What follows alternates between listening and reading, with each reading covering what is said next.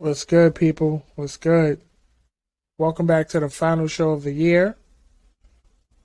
Woohoo! Yeah, the cave is here. Of course, I'm the Big Easy. See, Birfmark was good, y'all. so tonight we got the Kwanzaa episode. We're gonna talk about the seven principles and how come people don't put these principles to use more often. Because as I was looking at, I was reading myself and I was like, yo, if we as a people just actually start using these tools, We will be dominant over we'll be everything. dominant. I'm like, yo.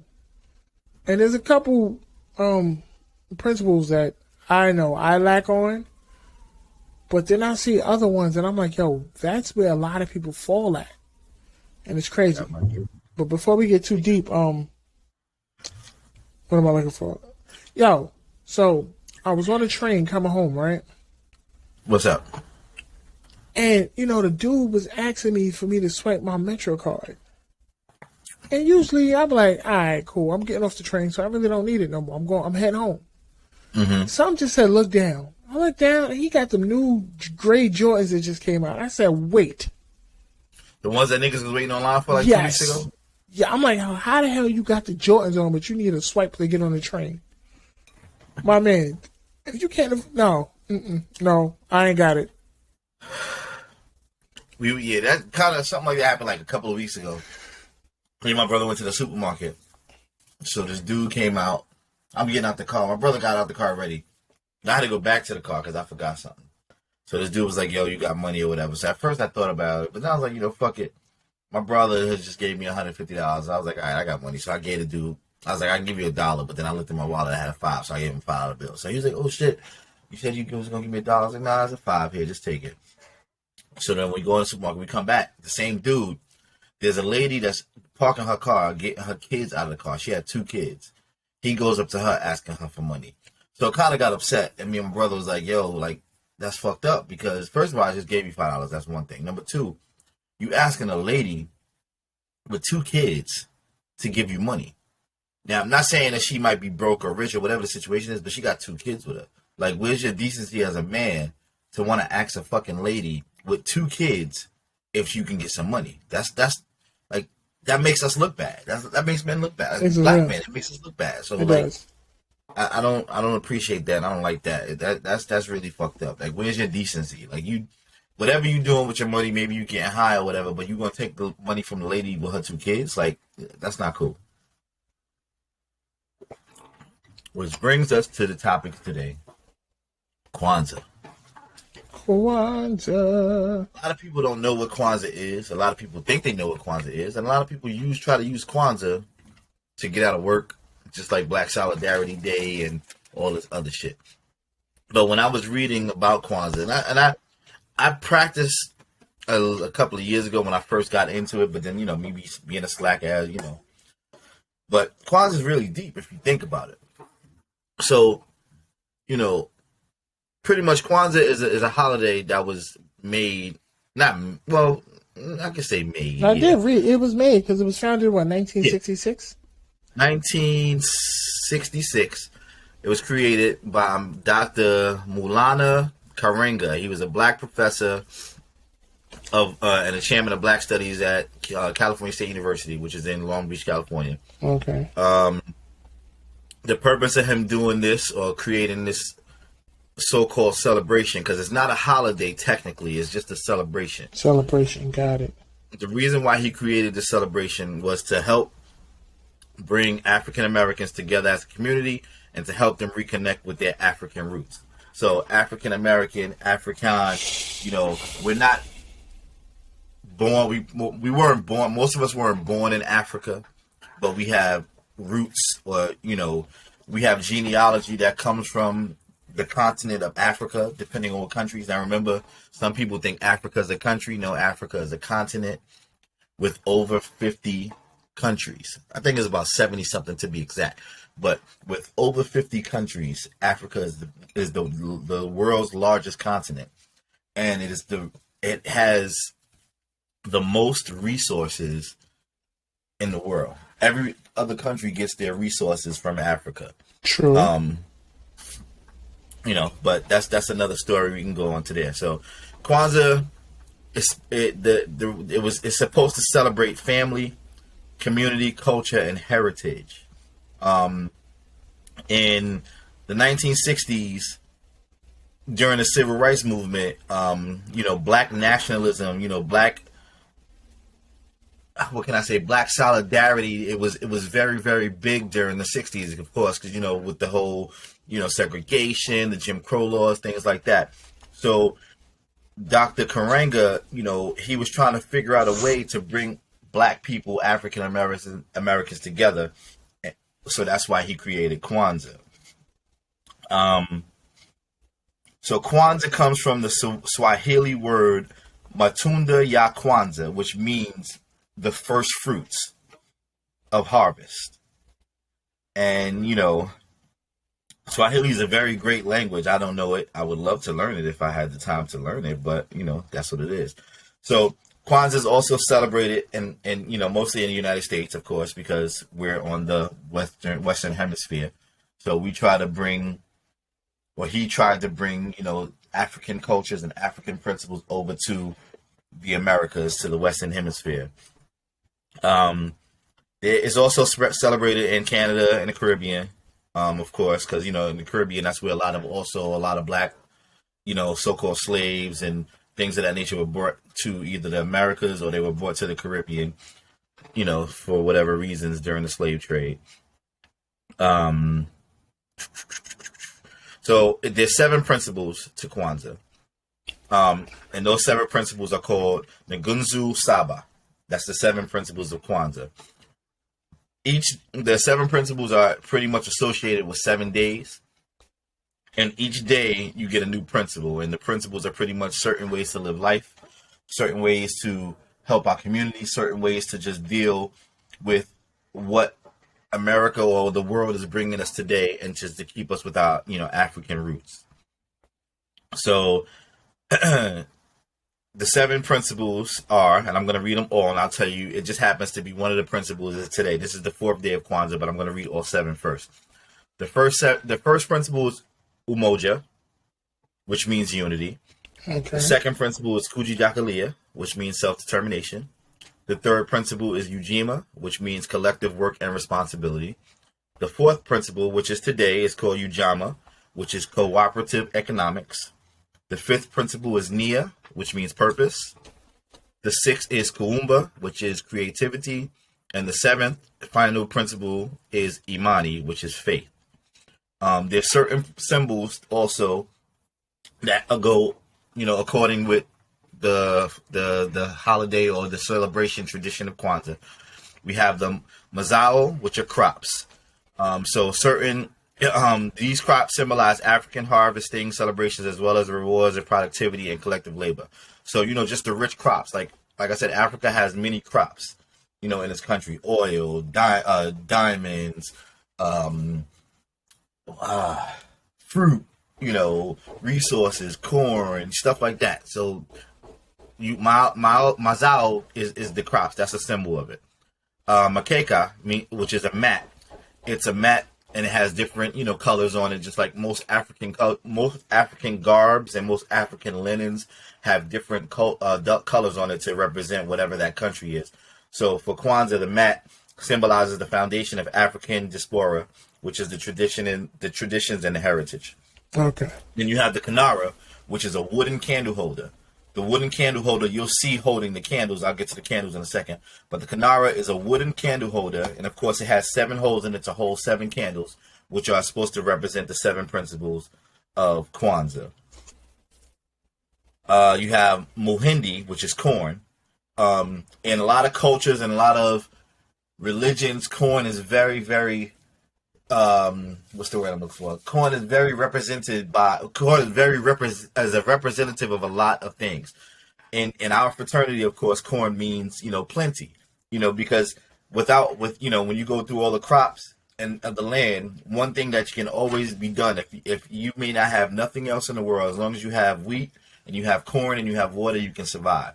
So Muhindi, which is corn represents children and the future, which belongs to them. That's what it represents in Kwanzaa.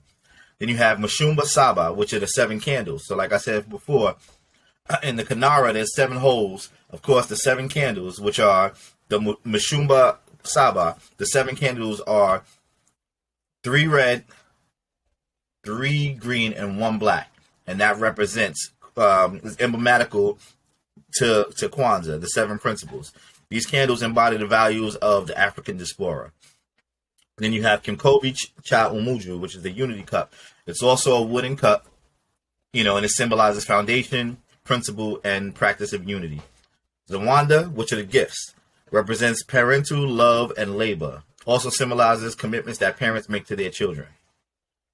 Then you have the Bendera, which is the flag. So a lot of people see the black flag. You see the United States flag, and then with instead of red, white, and blue, is black, red, and green. Yeah, that's similar to the Kwanzaa flag, but it's just just regular black, just one line of black, one line of red, one line of green. And these colors were originally established as colors of freedom by Marcus Garvey. Marcus Garvey was one of the people who've done a lot for our culture and our history. He was also from Brooklyn. Big up Brooklyn. Well, he wasn't from Brooklyn. He lived in Brooklyn. He was actually from the Caribbean.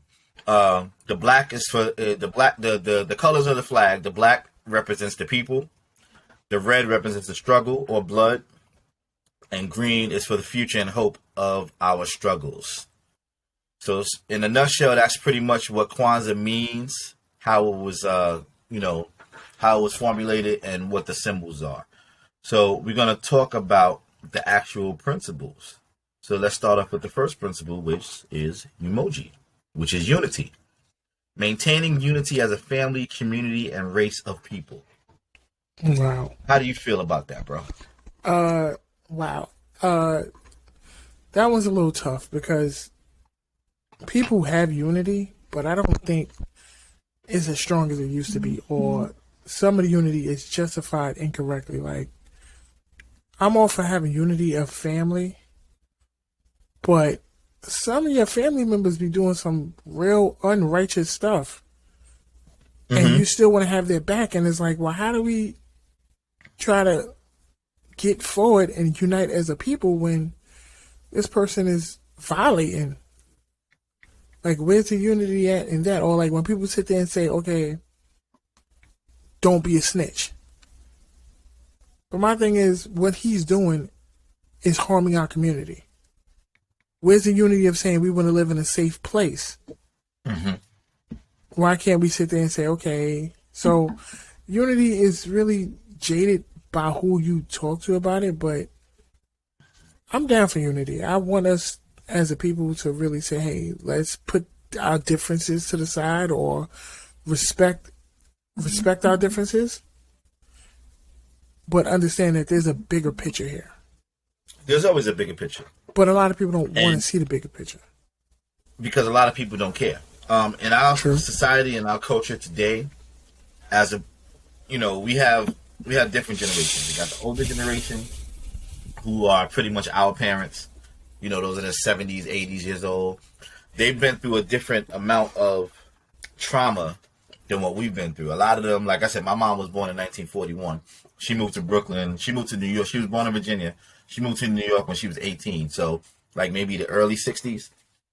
And during that time, that's the whole, segregation shit was going on. That's when, in the South, it was bananas. As a white person, as a black person in the South, in America, you was treated like shit. Yeah. So their trauma of that, they were afraid. I mean, because when they did unify to try to stop it, what happened? They got sprayed with fucking water hoses. They got, dogs sicked on them. All the stories and movies that we've seen about what happened in the 60s. So I think they were scared to because they tried to unify then and nothing happened, that they don't want to unify now. And then they taught that to the next generation, which is, I can't really say that you and I are in that generation because, our moms is in when we were born, they was like in their fucking late 30s, early 40s, maybe late 30s. So my mom was 30 when she had me. My mom was 36 when she had me. So they taught us the way to survive, how they knew how to survive back in the 60s. We're teaching our children a different way of survival because, of course, it was different. So our kids and our grandkids, and whoever has grandkids at our age, but our kids, they don't know really what unity is because they just know that we tried to spoil the fuck out of them so they wouldn't have to deal with what our parents went through because we didn't really go through shit. Our parents went through it. Yeah, but parents went through it. With the whole unity thing, we are too afraid to unify because of what the past and what the present is bringing us. As a black person, we can't unify because, again, we got me and you may unify, but then the person that we thought is cool, the fucking feds or somebody's talking in their ear like, yo, don't do with them, don't deal with them, because if you do, I can give you $1 million. And then that person's like, oh shit, $1 million, I can get $1 million to live and survive. And then they fucking betray us, and then what happens after that? They don't give them $1 million and they fucking stuck. So that's kind of like a scenario. That's similar to what we're going through. Like, we, as a people, we can't unify because if I see you doing good, I want to be where you at. And that you may try to help me get there, but I don't want you to help me get there. Or I do want you to help me get there, and when I get there, I'm going to shit on you because you helped me get there. That's how our people are. And it's fucked up that it's that way because we will never get ahead. We will never... We are the majority. Black and brown people are the majority in this world. I'm not going to even just say this country, in this world. In the world. We're not minorities, as they say. We're actually the majority. Exactly. But we will never unify because we are afraid that things will change. And things need to change in order for us to survive. Because if not, we're going to still be stuck. And I think a lot of people was afraid that, like you said before, everybody want to be on top. Everybody want to be a boss. Everybody want to be a chief. If we unify, and that's okay. You can be that way, but just bring your people with you. But it's just a lot of people. If we like take two separate factions and we unify them to be even bit stronger, somebody's getting a demotion. You know, that's okay. But see, some people's not okay with that. Some people's like, yo, I'm used to being top dog, so now we gonna combine. Right. You telling me I'm not top dog no more? I don't want to go. I'd rather struggle and possibly fail because my name is up here in lights. When we do stuff, right. and that's the way it's at. Like, people will sit there and, like, it's crazy. What happened to Malcolm? Malcolm fucking X. Great man. He started out on the wrong foot because he was doing what he wanted to do for the Nation of Islam. But then afterwards, he decided that the nation wasn't wrong, but the way their principles of doing stuff was wrong. So he started doing stuff the way that he felt that God told him to do it. And what happened? People was hating on him. His own people was hating on him. And after he came back from that pilgrimage, he said, "Yo, yep, exactly." And fucking the CIA and FBI saw that he started to change, so they got his own people to assassinate him. That's crazy. Because if he started getting his old people back, they know that change would come that they was afraid of. Exactly, and they didn't want that. So they wanted that old regime with Elijah Muhammad and the hierarchy. Like, listen, this is how it's kind of like, okay, we're gonna do what we can within the parameters of what the government let us do. And so we look like we have. So it's like, I feel you. Like, unity is scary. It's hard for us to unify. We want to, like, we have a good crop of people who are college educated, who are morally sound, that are willing to do it. But then you have those people from other parts of the world, some most hood niggas or whatever. I'm not saying everybody from the hood, but a lot of people who are just sitting there and they're like, yo, why should I give a fuck? Who cares? As long as I'm good, well, who cares about everybody else? And that's a fucked up attitude to have, because the only time they want to, say something else is if a fucking George Floyd thing happens, and they're like, oh shit, black people, Black Lives Matter, yada yada yada. But why doesn't Black Lives Matter when the white man is still fucking us over anyway? Like, And that's what it was, like, and that's what I sit there and say, why would you think the white man is going to respect us as a people if we don't respect us as a people? Exactly, like, and that's why they do what we do. I'm sorry that George Floyd, what happened to him happened. I'm very sorry about that. Yeah, but we all are. We do that to ourselves, and they be like, "Oh, well, if they're gonna do it themselves, we can get away with it." Like, nobody sit there and had a parade for, little Deshaun or something that got stomped out, and like come on, like, this is what I'm talking about. But y'all sit there and say, "Oh, nah, we not snitching." This dude. Perfect. Another example. You see how the fucking the Black Lives Matter hate crime bill has to still not have been passed. Nope, but the Asian hate. The Asian one, as soon as an Asian person got hurt, the fucking president passed that bill real quick. And you know why that is? Because they're trying to get the Asians to side with white America. They know that the Asian population isn't as big as the black population, but they know that the Asian people have power. So why not get them to side with white America so that when white America decides that they want to put the strong arm again against the black people, they know they got the Asians by their back because they passed the bill for them. And it's fucked up. Like, you know, we suffered 400 years plus. And mind you, we're the ones who built this country. Like, it was built on our backs. Exactly. 400 years plus of hate crimes, and we can't get a bill passed.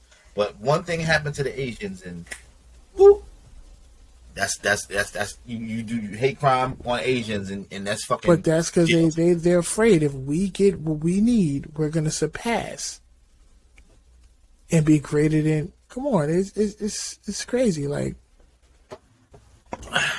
so even with our job, like, all right, prime example, HRA.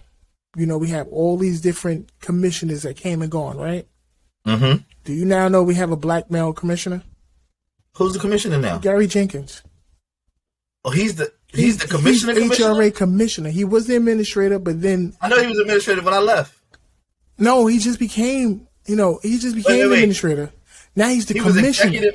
He was the executive deputy commissioner when I left. And he became Grace Bonilla, whatever, she was the administrator. And she's not the administrator? Nope. He became the administrator for like 2 months, and then Mayor-elect Adams made him the new commissioner. You think anything's going to change? No. I mean, I don't know. I know you know him and you cool with him. You know, I mean, he didn't do me wrong either because I know him too, but you think anything's going to change? Not on a grand scale like it should be, but the fact that one of us who started from the bottom is now up there is a scary thought. But wasn't the commissioner even before this nigga? A black lady? Verna Eggleston. Yeah. Yeah, they tried to quiet her real fast though. Of course. Yeah, they tried her because she was loud with it. She was another one. She started from the bottom, was like, no, I'm here. They shut her down, yes. But maybe because now that New York City got another black mayor, he might. But you know they're gonna fuck his whole life up. They're gonna try to. Hell yeah! You see what they did with David Dinkins? Of course. They try to make God rest his soul. Yeah, I know. They try to make his administration the worst. Even when Patterson was there for the short time that he was there, they tried to fuck his whole life up. Yeah. Oh yeah. R.I.P. to Desmond Tutu. Oh yeah, I know. Yeah, man. And R.I.P. to John Madden. EA Sports. Into the game. EA Sports. He created the fucking dopest football game ever. But let's not sway from the topic. Yeah. We talking about unity. All right. What's the second principle? So the second one, Kuji Jakalia, is self-determination, defining, naming, creating, and speaking for ourselves. Go ahead. Let me hear what your thoughts are on that. That is the principle I can say I lack the most in. Like, why is that? I mean, I just never been that person that would defend myself or speak up for myself. I'll speak up for others. I'll defend others. I just never really spoke up for myself. So I know when it comes to stuff, I just never been that person. I always been a person of the people, like not a self, you know. I just always been that way. I can't even explain it. I can't even begin to explain it. I'm not gonna lie to you about it. It's just that's been me. Oh, you need help? I got you. When it's time for me to do something for me, I might. You know what I mean? So I know second principle, that's my weakness. Well, self-determination, like, you may not think it, but because of what you're going through and how you've been achieving certain shit, yeah, you have self-determination. As far as, you know, speaking up for yourself, you've been doing it. You know, as a black man, we speak up for ourselves every day of our lives. I mean, sometimes the shit don't get heard because we are young black men or black men regardless. But I think the principle of self-determination, like I said, defining who you are. You are a black man in America, and you want to make your mark on this world. That's what self-determination means. That's what I think it means. Excuse me. creating your space, creating your legacy, creating who Jonathan Ford is. You know, that's what self-determination is. Making your, like I said, making a mark upon this world, letting people know who you are, what your name is, leaving your legacy upon this earth so that future generations, your kids, your kids' kids, your kids' kids, they'll know that Jonathan C. Ford left his mark on the world and he has certain things that he wanted to achieve and he did achieve. So a lot of our people, they don't have any determination. You have a lot of people out there who, you know, and again, nothing against people who smoke, nothing against people who drink, but those are their vices that control them and try to keep them from doing the things that they have planned in their lives or wanted to do in their lives. A lot of people, because they get one thing shut down in their life, that fucks up their whole life. They don't want to do it no more. They don't have the determination to say, okay, I got that one setback. Yeah, like I said, that's where I like it because I know I was one of those people. You was, but you're moving forward. You've learned and you're starting to get yourself together. But that also comes with, that also comes with age. That also comes with experience. But we have people right now who they don't have any determination. Like they fail, and that's it. They done. But a part of life is failing. You have to fail in order to succeed. Because if you succeed every time, you're not learning nothing. If everything is handed to you, you ain't learning shit. You have to fail. That's a part of life. If I fail, I know not to do that again, or I'm gonna learn to do it a different way. But if I succeed at everything I do, then I'm not learning nothing. And a lot of our Caucasian counterparts, not all, because I know a lot of people who struggle just like we do, but a lot of them who are set in life, they don't have to fail because they were given that hand. They were given that deck of cards. They were given the jokers.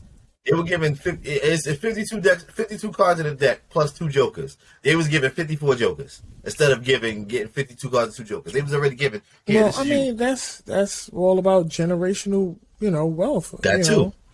Because a lot of these parents, when they set their lives up, they don't set it up for them. They set it up for the next generation.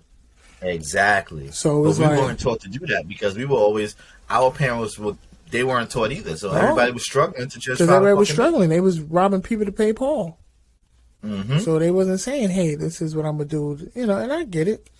Like I learned what I can from my parents on how to, better save and budget, so I could do cool things with him, and it's not a struggle, or at least he don't see me struggle when it is. But yeah, but that's it. So we all need to learn how to be determined. We all need to learn how to build ourselves up. If we can't build ourselves up, we can't build the next. But you said something earlier that a lot of people really need to. They don't know who they are to build themselves up. A lot of them are. But they're afraid to know who they are. There was a thing where I was watching. I was watching something on Instagram months ago. It was a white lady who's she was never broke, but she was rich, and then she lost everything, and then she wound up doing something. I can't remember her name. I don't know, but I saw it on Instagram. Pretty much what she said is, until you start to understand who you are, you will never be able to figure out what you need to do.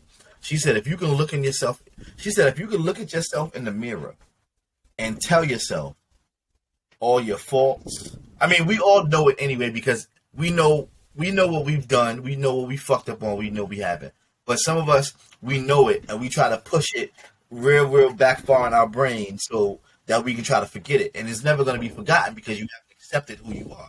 She said, if you go in front of the mirror and you just start talking to yourself in the mirror about your faults, about all your fuck-ups, about everything that you did that you're not happy with, and even the things that you've done that you are happy with, if you acknowledge that in front of a mirror to yourself, that's the first step to getting yourself better and getting to where you want to be. And I thought about it first. Like I sat and thought about that shit. And I was like, that's pretty true. Because again, like I said, a lot of people do shit and no one else knows what they've done but them, but they're not accepting of what they've done. So they put that shit in the back of their head. A lot of people don't want to see it. They don't take accountability for what they did.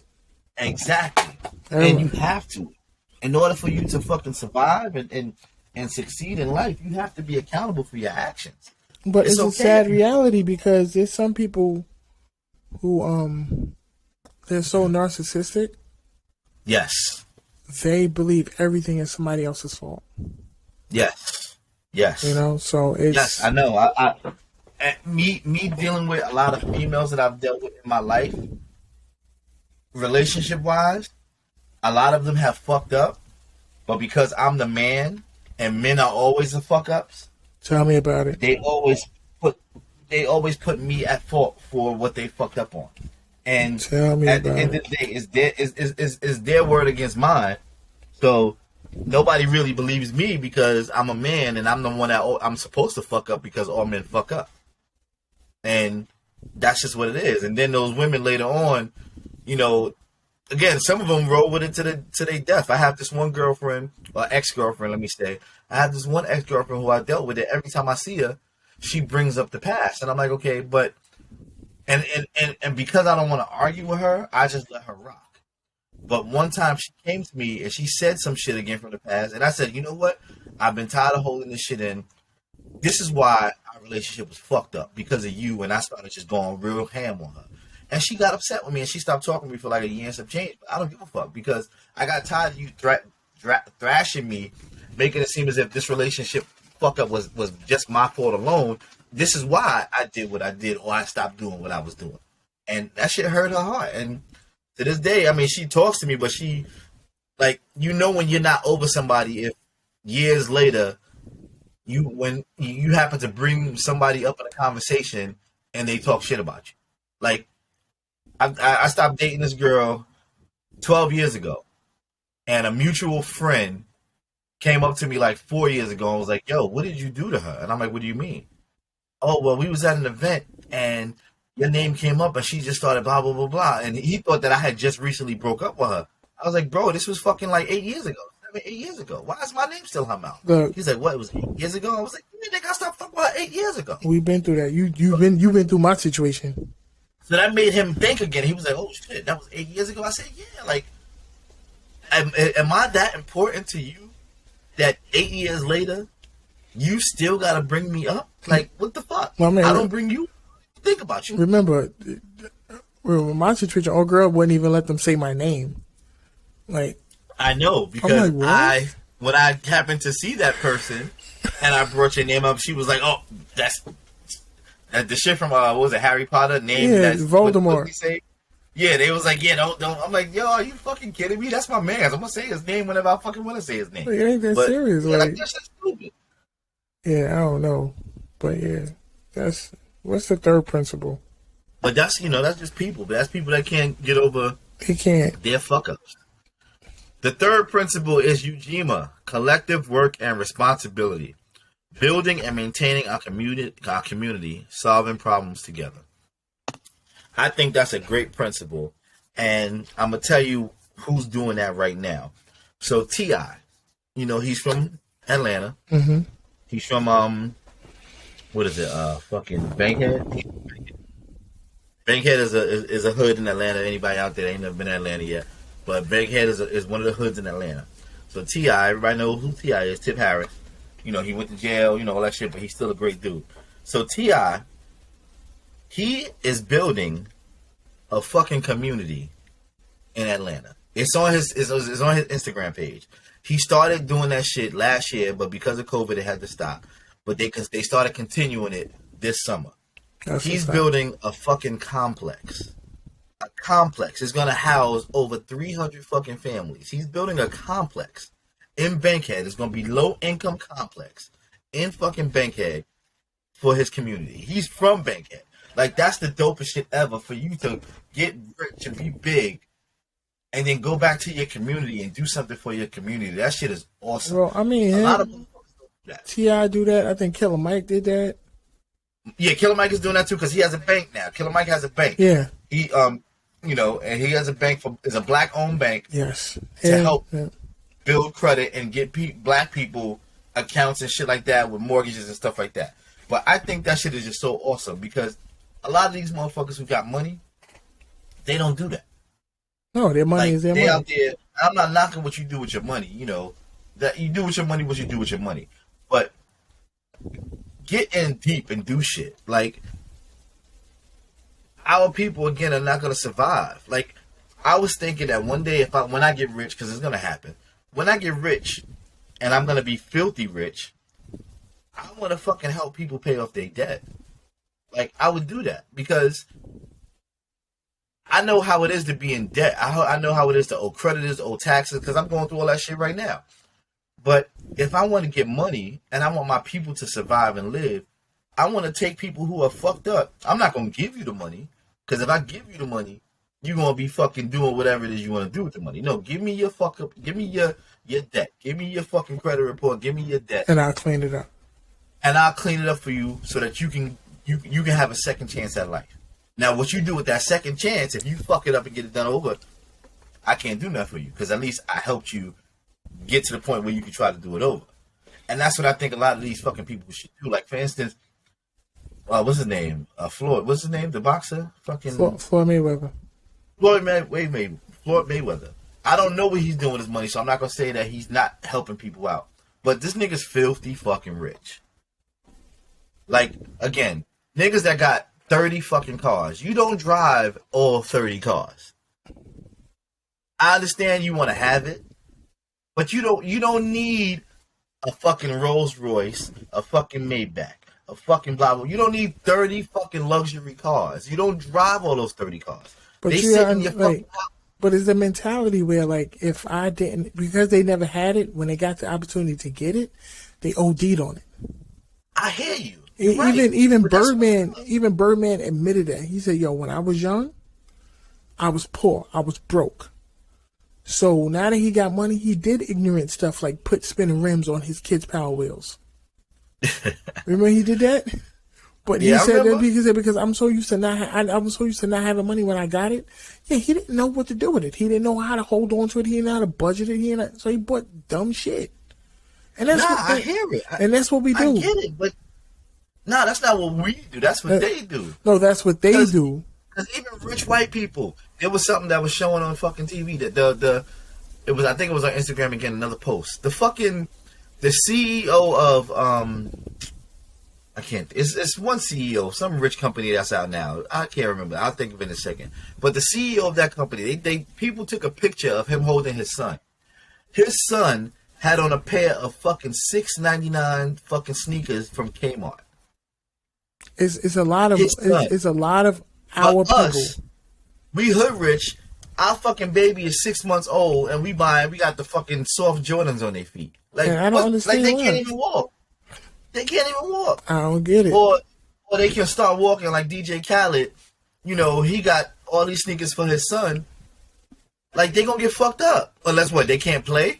Because kids with sneakers, they're supposed to play. And that's one of the most frustrating things I ever heard in my life is when a parent get mad at a kid like, "Oh, why you running so hard on them sneakers?" That's what they're there for. Exactly. I'm like, they supposed to rip and run in their sneakers. This is what they supposed to do. Stop messing up your sneakers. Like, are for.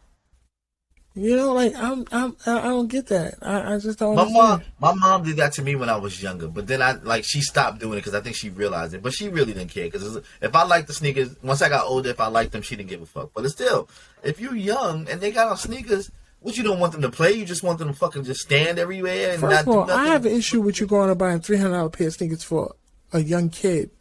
Like this young lady posted on her page for Christmas.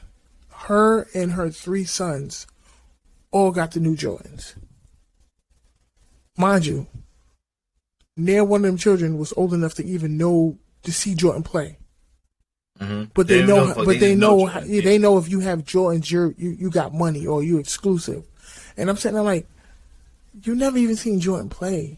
Like, I mean, like, no disrespect to the moms, she kind of young too.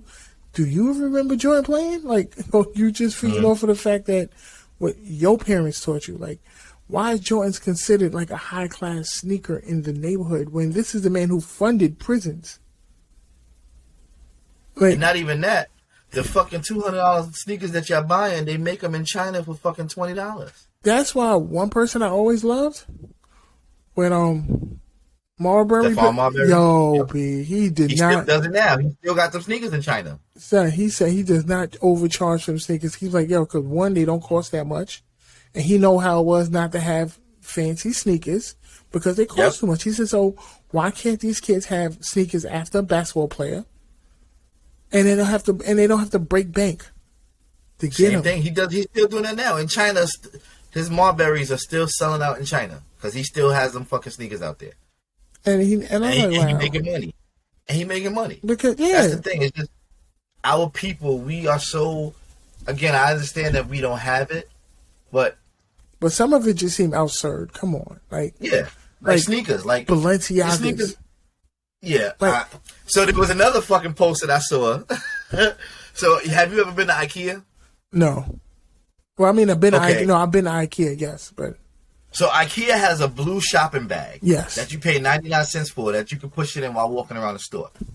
Balenciaga has the same fucking blue bag that they are charging about $3,000 for. They compared the shit. It was a post. Somebody had posted the fucking IKEA bag and posted the fucking same similar fucking Balenciaga bag. One was 99 cents, the other was $3,000 just because of the fucking name. Yo. Are you fucking kidding me? Yes. And here's worse. I saw something online today. Somebody posted a picture of Cardi B and Offset. With the Uggs on. I saw you. With the Uggs. Fucking boots on. Yeah, but they look like high-top Crocs. They just look like high-top rubber boots. They look like high-top Crocs or rubber boots. And I'm like, these are Balenciagas that cost $1,000 per pair. Like I said. I said, this is the stuff. They got the money for it, but why not buy a fucking island somewhere? Like, my thing is... I mean, don't get me wrong. Cardi B just bought another house. So this is her third house. She just bought another house in Jersey. Yeah. Like right across the bridge. So her first house is Atlanta, of course. Then she has a house in LA, and she just bought her third house. It was on the radio last week. She just bought her third house in Jersey. So she's happy because, her grandmoms and sisters still live in the fucking Bronx. Yeah. So now that the house is in Jersey, now they can move to the house. Which is understandable. So I get that part. But again, like you said, the money, like Balenciaga. Then, last year she gave him for his birthday, she gave that nigga $100,000 in the refrigerator. They had a second fridge in his fucking house, in their house, in the kitchen. There was a second fridge, nothing there. She was like, yo, go in the fridge and give me something to drink. He opens up the fridge. It was $100,000 stacks in the fucking fridge. She was like, I can't give you nothing else because you have everything else. So here, just take some more money. Like, nigga. Give me $100,000. I ain't mad at their relationship, fine, but I'm just saying, like, that I see how our people get some money and we waste it,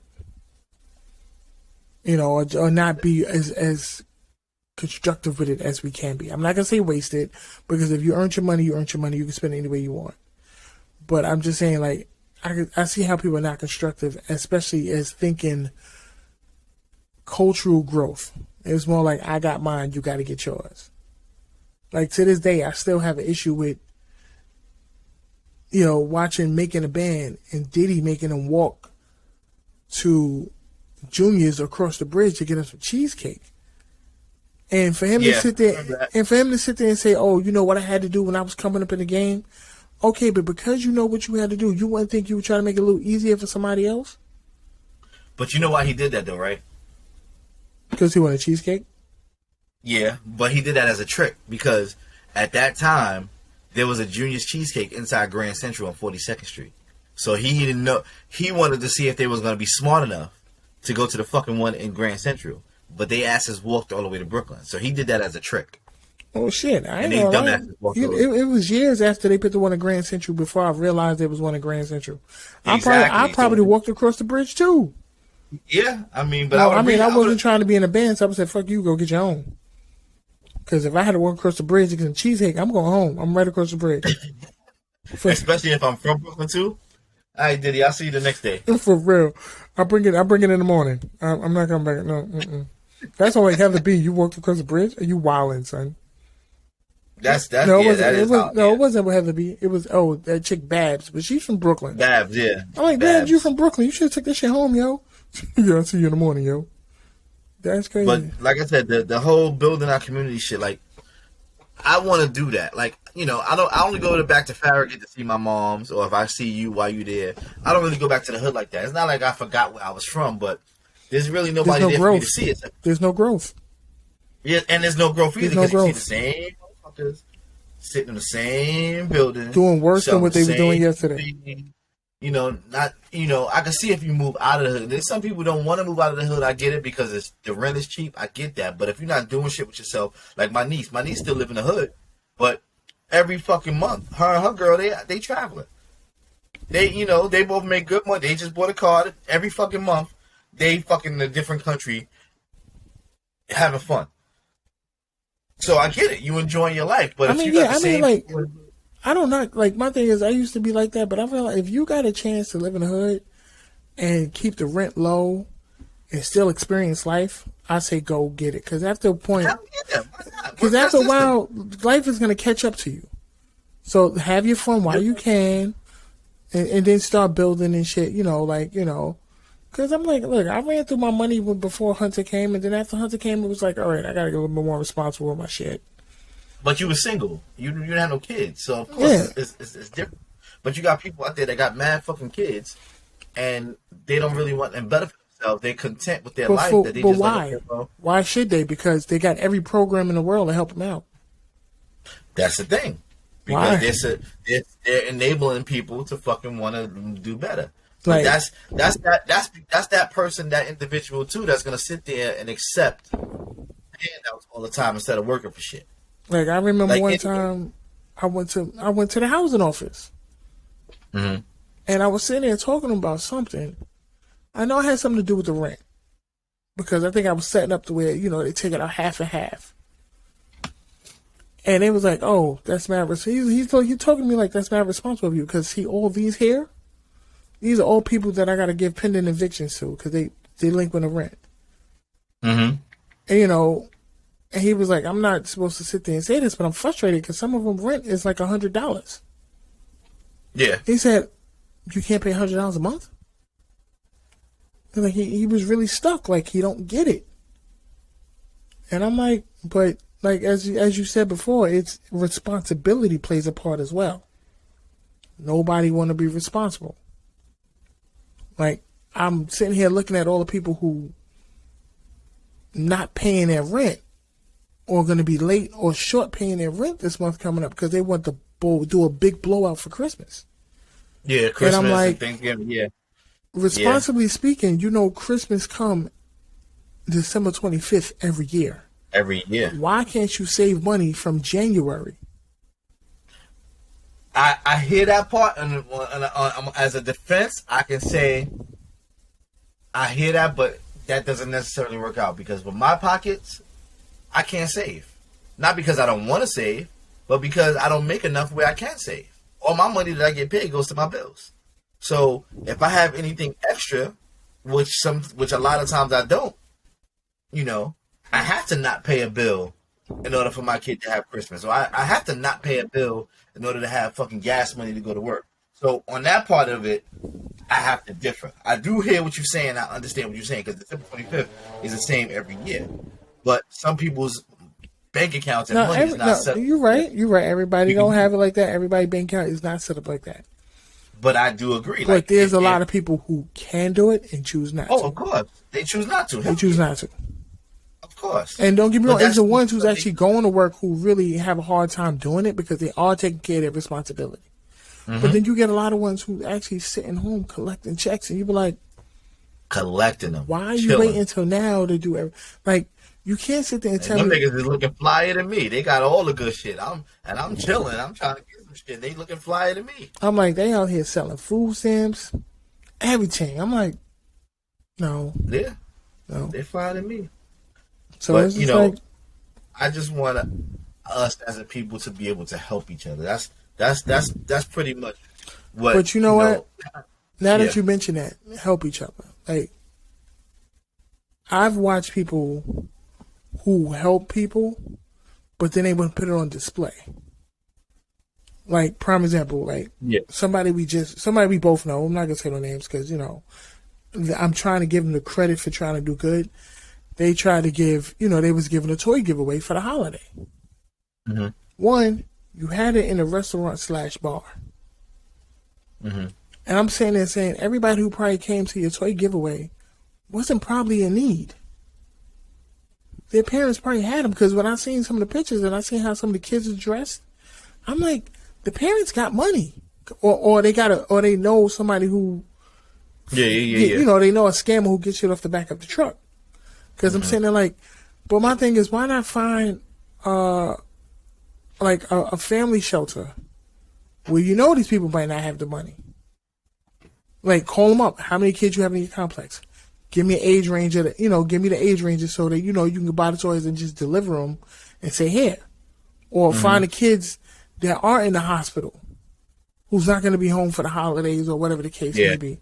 You know, but, and another thing is, why are everybody documenting everything on social media? Like, I know we're supposed to do community service, but that's for us to give back to them. Why are we exploiting them, say, hey, they ain't got it, so I'm going to give it to them? Well, that's because social media is like that's taking over the world. So everybody now has to, instead of them doing it out of the kindness of their own heart, they want people to see them doing it so they can get approval of it. And that's where, that's how social media made the world now. That's just, until that changes, which I don't think that's going to change anytime soon. It's going to get worse.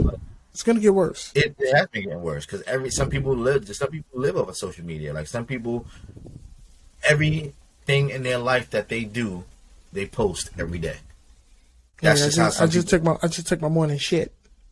Facebook. Man. Yeah, for real. I just took my morning shit, or, you know, yada yada yada. That's some people's lives. So it's scary. It is. It's very scary. It's very scary. You know. Yeah. So that's when you sit there and say, you know, give back. And I'm like, when we give back to each other, we have to give back, pay it forward out of the kindness of our heart, not because we can post it and let everybody see that we're doing it. Exactly. Like, I'm not going to sit there and see a family and pay for their meal and then be like, oh, look, I just bought this family some food. No.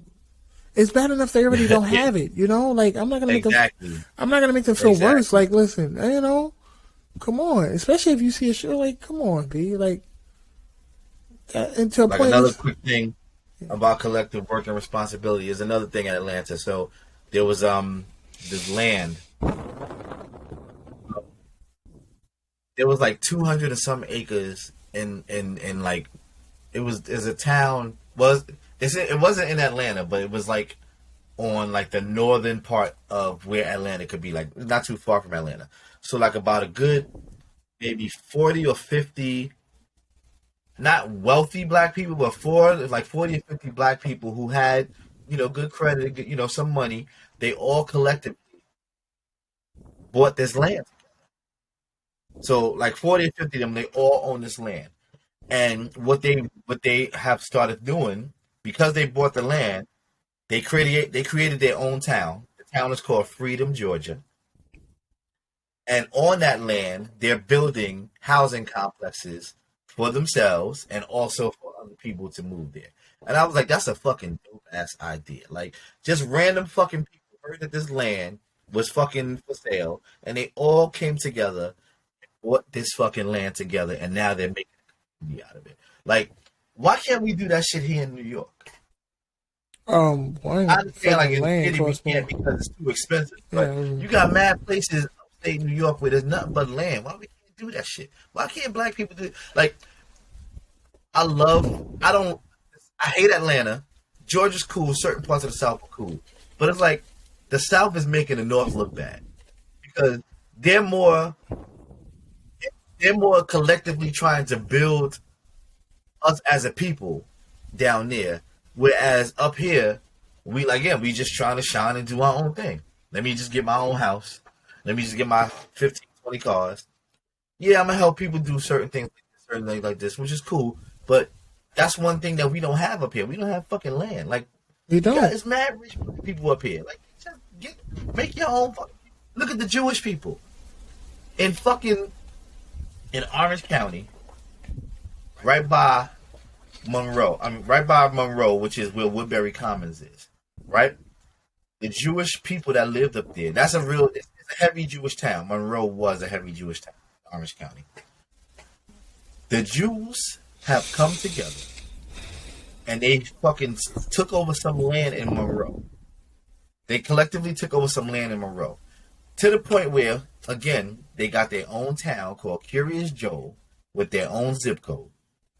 In that own zip code, these motherfuckers, sorry to call them motherfuckers, but these motherfuckers have started building up fucking housing complexes. If you drive, because when I go pick up Taryn, I drive that way and I drive back. If you drive on Route 17, anybody that's listening, Route 17, past exit 129, between 129 and 128 on the,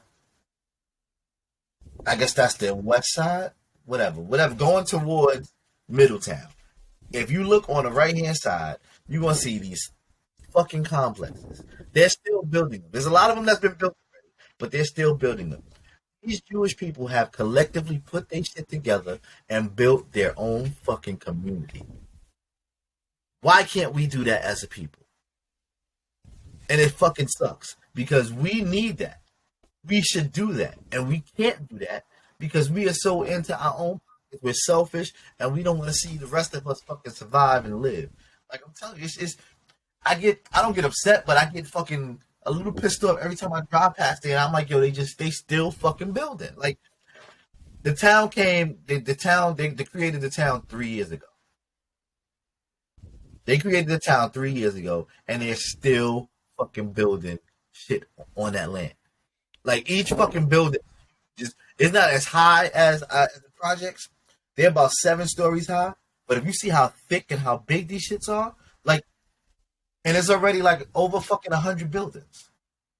And they still building more. And it's like, yo, this shit is bananas. Like, they're fucking taking over and they're doing shit collectively so that they people are good.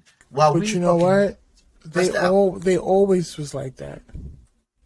And you know, like me and you, like we both working for the city. We know how they sit there and write that quick letter.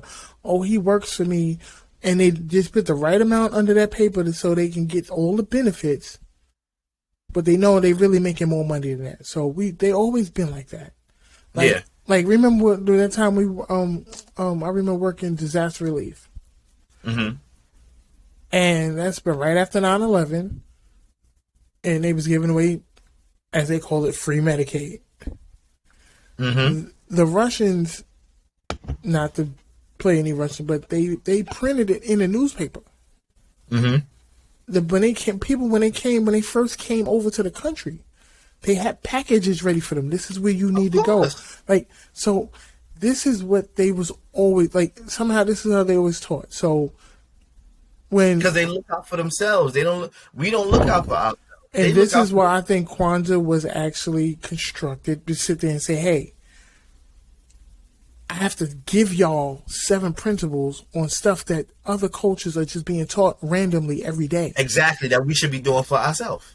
And it's crazy. It's like, you know. But again, depending on the generation and depending on where you are and what your brain like is, you know, what your mental capacity is, you don't really give a fuck. Like I said, a lot of college students, a lot of black college students from the South and a lot of black college students up here, they realize and they understand it because they're trying to make themselves better. But then you got the average person that lives in, just say in the Bronx, for instance, the average person that lives in the Bronx who just don't, you know, they just trying to make an ends meet. They don't really give a fuck about none of this stuff because they just trying to do what they can do for themselves to survive. We need each other to survive. Yeah. I can't do it by myself. John can't, Easy can't do it by himself. We need each other in order for us to get better. And that's what people don't see. Like, well, I get it. Some people aren't people person, people, or whatever you want to call it. Some people want to be to themselves, but you can't. In order for us as people to survive, we need each other. We need to help each other. We need to do for each other. That's so because that we don't work together. Like I told you, like, all right, I told you the story where, like, I know a dude who's a fashion designer, right? Mm-hmm. So I'm like, all right, cool. You do fashion, I do photography. Let me take some pictures of, you know, people who's wearing your stuff. Get you a whole layout. So this way we build each other up. Yo, listen, I'm doing pictures for this fashion line. Oh, I got the photographer taking pictures of my fashion line. We bounce off each other. Literally. I think a month later, he sent me a picture of a camera that he bought himself. Yo, can you teach me how to use this? I'm like, dude, you're literally talking to a photographer and you're telling me to teach you how to use your camera because you don't want to share the limelight. You want it all for yourself. That's fucked up. You know, but the first thing you want to do is like, yo, support, buy a shirt, buy a hat. Listen, I'm just trying to build us up in a different way. Mm-hmm. Like, I don't necessarily have to put money in your pocket to support you. What I was trying to do is going to put us both on another level. Mm-hmm. But that's not what you wanted. You just want to get your money. You know what I mean? So it's like, I'm like, and that's how we think as people. We were like, nah, not all of us. And I can't sit there and say all of us. But a large majority of us, those that I really feel like can make the biggest impact on helping us put the glue together, are the ones saying, nah, I'm going to do it by myself. Yeah, you know? Because that's just how people are. A lot of people will learn, they learned how to be selfish because either A, they were traumatized and people fucked them over, so now they're going to be selfish. But that's no way that we're going to survive. We need each other. Like I said, like the Jewish community is doing what they're doing for each other because they're helping each other. We need to do that, and if we can't do that shit, we're gonna still be stuck. Because we're not taught to reach back down. Like, I've seen somebody post two separate things, and they both of our culture. One said, if you're the smartest person in the room, you're in the wrong room. Maybe you're the smartest person in the room to share your knowledge to somebody else. Mm-hmm. Why do you feel like, oh, after I learn a certain thing, if nobody else can teach me something, I'm going to go somewhere else? How about you become the teacher? Me and my girlfriend, we had a conversation, and she recognizes that I know a lot. And I told her, yeah, because I've been a lot of places, I've done a lot of things, and I read, and anything, the type of person I am, if I don't know it, I'm going to learn it so I can perfect it. So we have conversations about shit, and it's cool. And like we have also talks, and she's like, you know what? Sometimes I'm intimidated by you, and I'm like, why are you intimidated by me? She's like, because you know a lot and you're very smart. I said, okay, so you shouldn't be intimidated by me. You should. If I'm your man, and you know that I'm smart and I know certain things, you're supposed to use me so that you can be smart and learn the shit that I learn, or at least understand that I'm using my knowledge to further us. To help you. Yeah, exactly. You should never be intimidated by me. And I never made her feel a way where she needed to be intimidated. She just is because she doesn't understand it. And it's like, it's fucked up because, again, I'm your tool to help you get better. I don't know everything, but the shit that I know that you don't know, I'm trying to teach you so that you can get better. Just like if I don't know some shit, I want you to teach me so I can get better. I would never be intimidated by you. But some people, they just aren't they aren't conditioned like that. And some people don't want to sit there and say, I don't know. Teach exactly. Me. Like, it's okay. Nobody knows everything. Everybody wants to be a teacher, but they can't be a fucking student. And that's fucked up. And because how are you going to learn if you can't be a student? And that's it. That's exactly it. Like, everybody wants to be a boss. Nobody wants to be a worker. But how do you know how you know how to be a decent boss and how to treat your staff if you was never a staff to begin with? Again, like my boss, she's a bitch. And I'm dead ass. So the other, I talked about her in a few episodes before, but I was working in on her. Yes, 2 days ago was working, and she was talking to somebody. So she said, I have no feelings. She was like, yeah, she's like, that's one of my things that my husband told me, that I don't have no feelings and I need to work on that. So I'm sitting and I'm thinking like, she's right, because shit be happening at work, people be fucked up or whatever the situation is. And she has no feelings. She has no empathy or no sympathy. She does not care. And you can see it. And it's like, damn, how fucked up of a person are you where you don't have no feelings whatsoever? Like, you're a fucking boss. I get it. Some people are bullshitters. But you can tell when somebody's bullshit and when somebody's not bullshitting.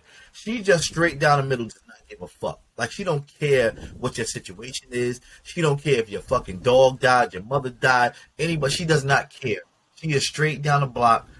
This is how she is, and that's crazy. And it's like, yo, why do you have to be that way?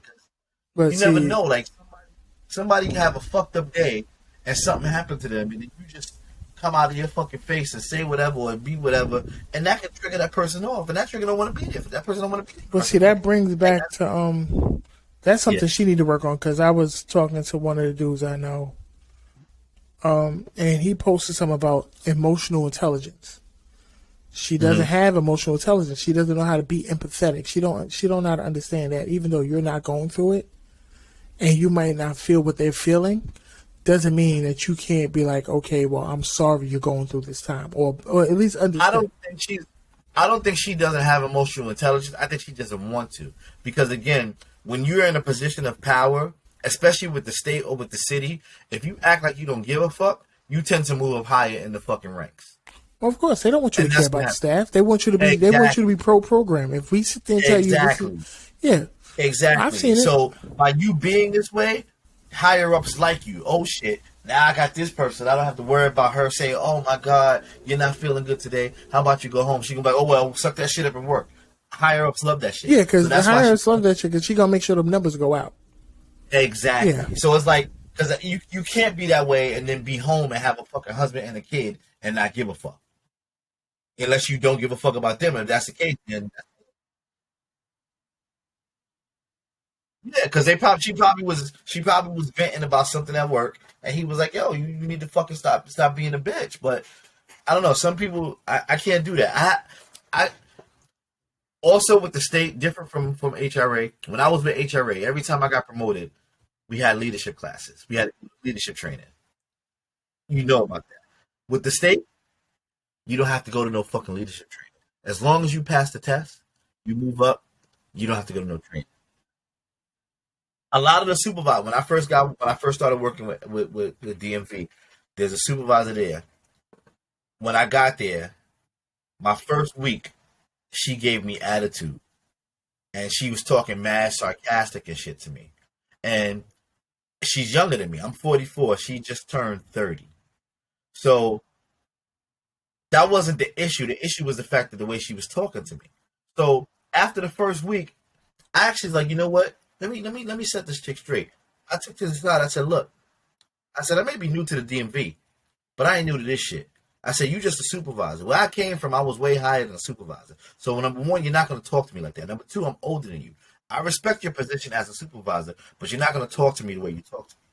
So she kind of got through her back, and she wound up telling her supervisor what I said, but I didn't give a fuck. Because again, you're my supervisor, yes, but I'm also a person. You're going to respect me. If you want to go there, our code of conduct says that we have to respect each fucking worker, regardless of what your title is. So you're not going to talk to me the way you talk to me. And then from that point on, we cool as fuck. I mean, we're not cool, but from that point on, she don't really say shit out of her mouth to me because she knows that I'm not that type of one to do that. And that's the thing. Like with the state and my job, they don't give a fuck. They're going, if you're not a supervisor or higher, they treat you and talk to you like you ain't shit. And it's like, wow, we do all the work here for you. Why the fuck y'all treating us like that? But that's how some people. Yeah, yo, it's crazy. I'm telling you, that's how it is. Like a lot of fucking city workers. Like after I got there, my first couple of months, I was like a lot of city workers. They would have either gotten fired already, or they would have beat motherfuckers up because they the way they talk to you at the DMV. I'm telling you, the way the fucking the not the customers, the way the fucking managers talk to the employees there, unbelievable. All right, fourth principle. Today is the fourth principle. Today is the fourth day of Kwanzaa. The fourth principle for today is Ujama, which is cooperative economics, building and maintaining retail stores and other businesses and to profit from these ventures. Perfect example of Ujama is Black Wall Street in Tulsa, Oklahoma. Back in the early 20s, I believe, or the early 30s, Tulsa, Oklahoma, they called it Black Wall Street because that whole strip was owned by nothing but black fucking people. They had stores, they had not supermarkets, but they had grocery stores. They had tailors, they had fucking shoe repairs. Anything that you can name of, our people owned it on that whole strip. Money was being kept to ourselves. We were spending money, but it was going into our black people's pockets. And what happened? The white man saw that we was getting too much money. We was fucking rich because they were millionaires there. They were millionaires at Black Wall Street. Now, back in the 20s and 30s, millions was a lot of money back then. Now, a million is still a lot, but you got multi-millionaires now. But back then in the 20s and 30s, that have millions of dollars, you was coming off. And the white people saw that we was doing too much. They saw, oh, we can't have these niggas out here making more money than us while we fucking, got cattle and we ain't making that much of a cattle. But these motherfuckers is selling shoes and making clothes and doing all this shit. Nah, so what did they do? They burned it. Fucking burned that shit to a crisp. And that wasn't the only city that happened. It was another city. Uh, I'm gonna tell you what it is in 2 seconds. There was another city in the South because Oklahoma's in the Midwest. There was another city in the South that was similar to Black Wall Street. Same shit happened. Same shit happened. So we can't build ourselves up because they're gonna tear us down. And that's what Ujama is about. Is about, again, keeping our money within ourselves, opening up businesses. There's a store in Atlanta. There's a building in Atlanta. Again, everything is happening in fucking Georgia. Like, that shit is the hot spot. I mean, other parts of the South are good too, but like Georgia is fucking like that. That shit is hitting right now. There's another place in Georgia. I think it's one in fucking LA too, in South Central.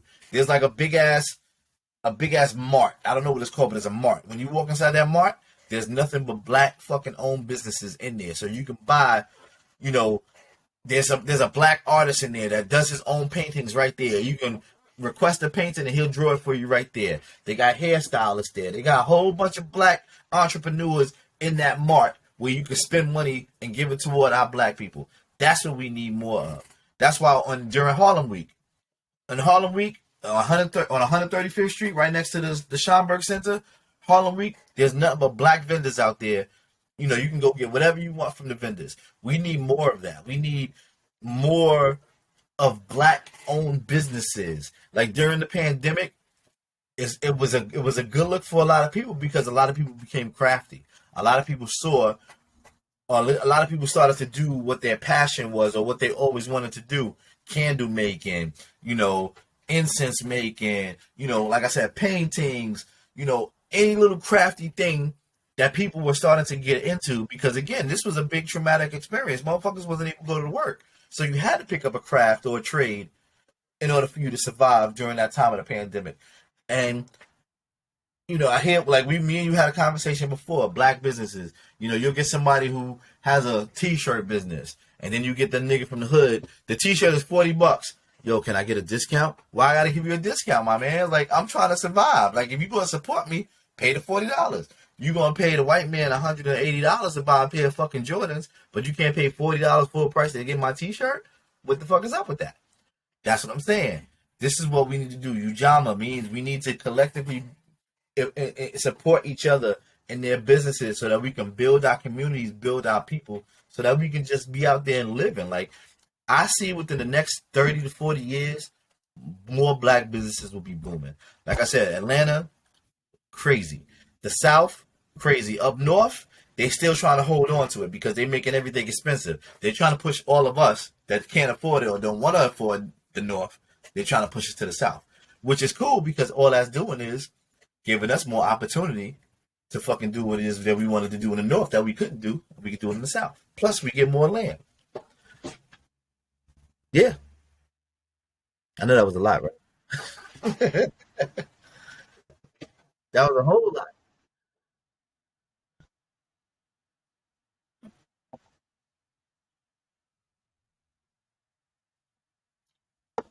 We can't. Like, again, it's important. We have to survive. We need each other to do shit. We need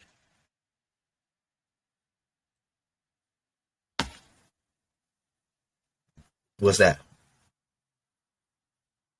Yeah, yeah. We need each other.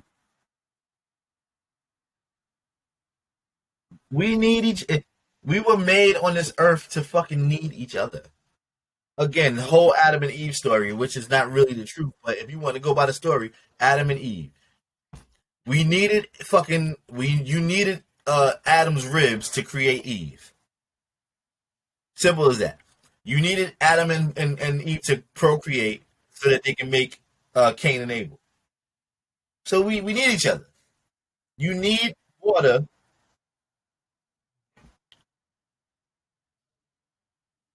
People don't want it because people are selfish. Yeah, people talk. You can't have women can't have women can't have children without a man. oh no, well, I'll just go to a sperm bank. Where the fuck you think the sperm came from? A man that went to the sperm bank. We need each other. We may not want to admit it, but we need each other. We need a woman. We men, the hardest man in the world, needs a woman's affection so that they can be good. Because that reminds us of our mom. We need that affection. The hardest man in the world. They can say fuck a woman, blah blah blah, but we need that affection from a woman. Even if you're gay, you can't get that same affection from another man. You need that affection from a woman because there's nothing like a mother's affection. So that womanly affection you need, just like women.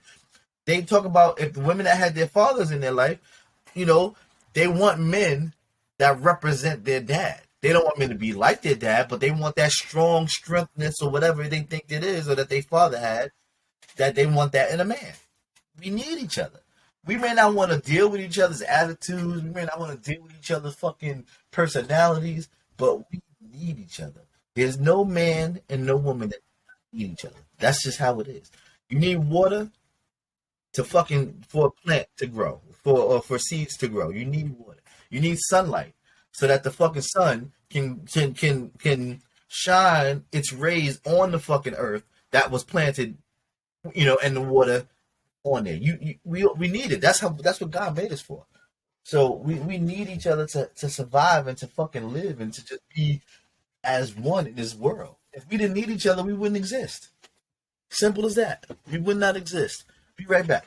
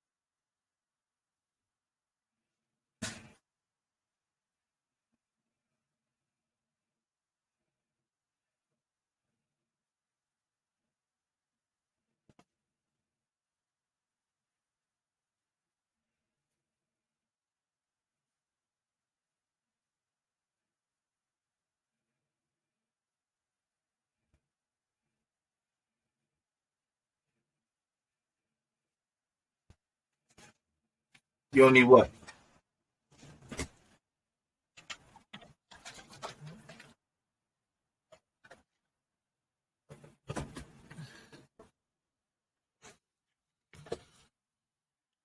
I know what you mean.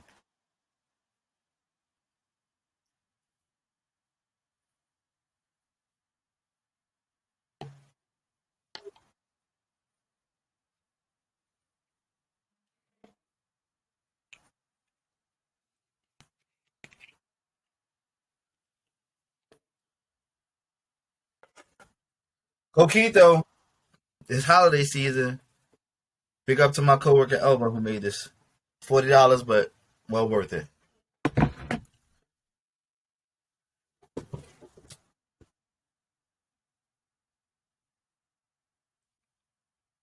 Oh, word?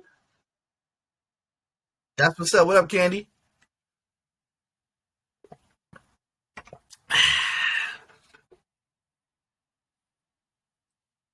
So, anything else you got to say on Ujama? So today is Ujama, guys. I be having a lot of shit to say sometimes. Sometimes I'll shut up. So the fifth principle, which is Nia, which is also purpose. Working collectively to build communities that will restore the greatness of our African people. That's pretty much similar to the other principles. Purpose. What is your purpose? What is your purpose in this world? What is it that you were sent here to do? What do you think it is that you want to do? A lot of people don't even know. A lot of people will go their life. A lot of people will spend their whole life trying to understand what their purpose was. And sometimes, and I'm gonna say me too, because I don't know what my purpose is. I have an idea what my purpose is. Actually, let me stop saying I do have. I know what my purpose is. Me trying to do what my purpose is, that's a different story. I'm being stubborn to that point because what I know my purpose is, I don't really want to do, but it's not what I want to do, is what God intends for me to do. But back to the whole purpose thing. What is your purpose? Like, what are you on this earth to do? Are you on this earth to live, or are you on this earth to what did I used to say to somebody? Are you here to just take? Are you here to live life, or are you here to just to take up space? What's your purpose? Are you here to live life, or are you here to just fucking just take up space? Some people are just here just to take up space. They don't know what they want to do. They go to work. If they go to work, they come home. They go to work, go home. That's it. That's their whole life. They don't fucking live life. You have to live life. You will never find out who you are as a person. You will never enjoy the many facets of this fucking world if you don't live your life. You can't be afraid. Everybody's fearful of wanting to be better. Why? You should never be afraid to want to fucking live your life. Like, ain't nobody else gonna live it for you. Enjoy it while you're here. If you die tomorrow, what are they gonna say? Dwight was a nice person. Okay. But after tomorrow, after a good few fucking months or maybe a year or something of me being being dead, that's it. They gonna forget all about me. That's just how it is.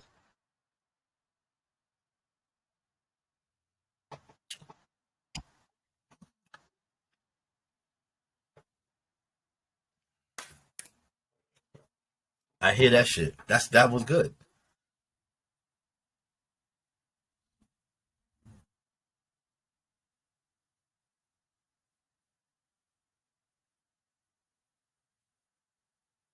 Again, that's what we were just saying. We need each other. We fucking need each other. The world, we need each other in order to survive. No one can say that they fucking don't need nobody. That's just it.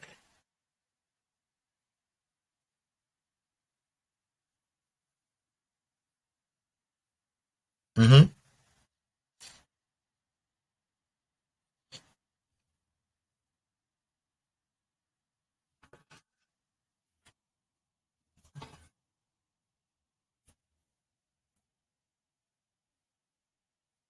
We got it. We got all that. And we spending the money for each other. But I know why it didn't happen. And I'm gonna say it. There were people that were on board, but one person really wasn't on board.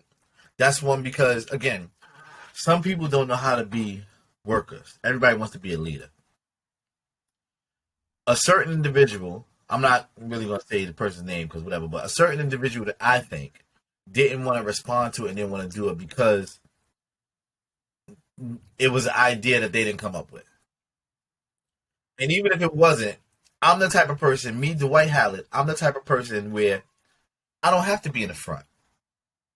I could be in the back. I could be on the side. As long as we all getting this money together, I'm good.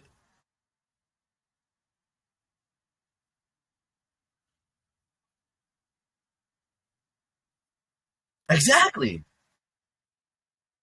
And that's what I said. I said everything I want us to do. I don't want to be the only person to make a decision. If I have to do that, okay, you guys elect me to do that. But I don't want to be like, okay, you do this, because that's not the type of person we wasn't trying to get together.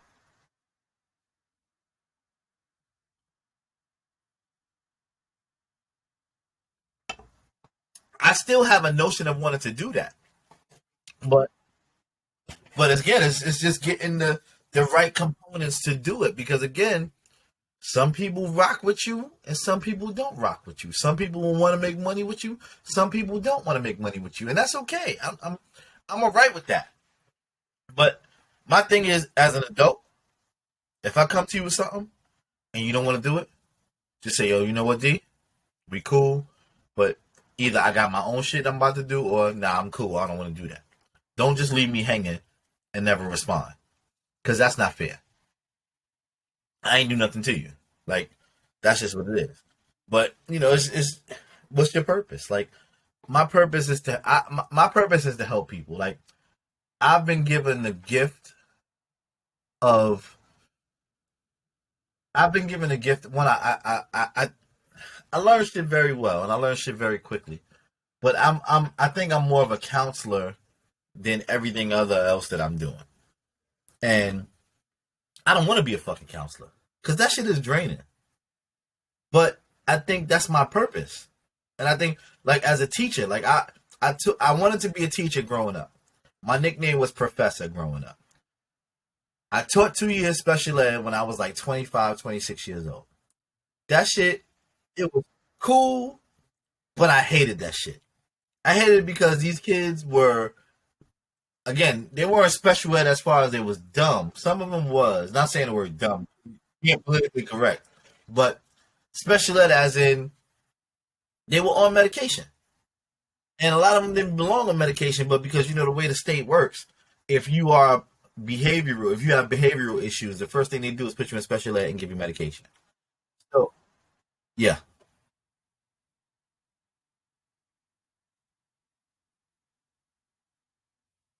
What can she do? What's her specialty? Okay, so we so I'm with it. I'm down with it. Like tell we can when we hit it up and we start doing this shit again, I don't mind. I don't care. I make money with whoever as long as you real with it, you authentic with it, and you serious, and you want to put in that work. Because I'm gonna put in that work. Like I used to bartend in fucking Jersey, South Jersey. Like I would get in my car and go to South Jersey and make $400 to come right back. I'm putting miles on my car just to fucking and then knowing I gotta go to work the next morning. I don't care if I'm gonna be on that grind and make money so that we can be good and make money for the business. I'm gonna make that grind. I don't give a fuck. That's just how I feel.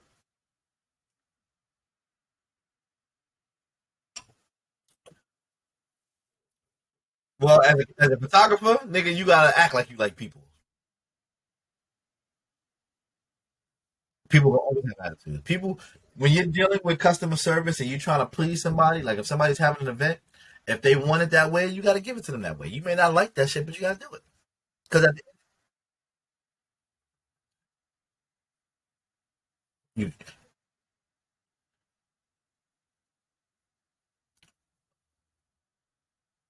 yeah. Well, if we're doing an event planning business, you got to deal with people, and you got to smile like you like that shit. Like, yeah, of course, of course.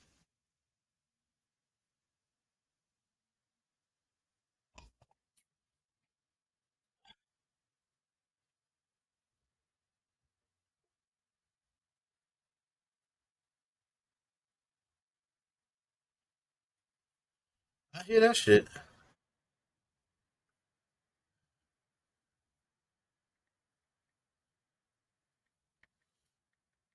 Hey, I can't help that. That's just me. That's just my personality.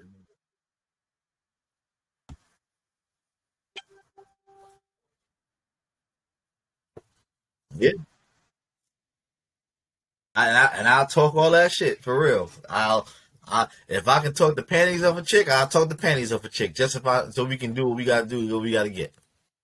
I had that's fucked up. One, I was thinking one time I was gonna be a male escort, not sexual, but just a male escort. Like, okay, that's a plus.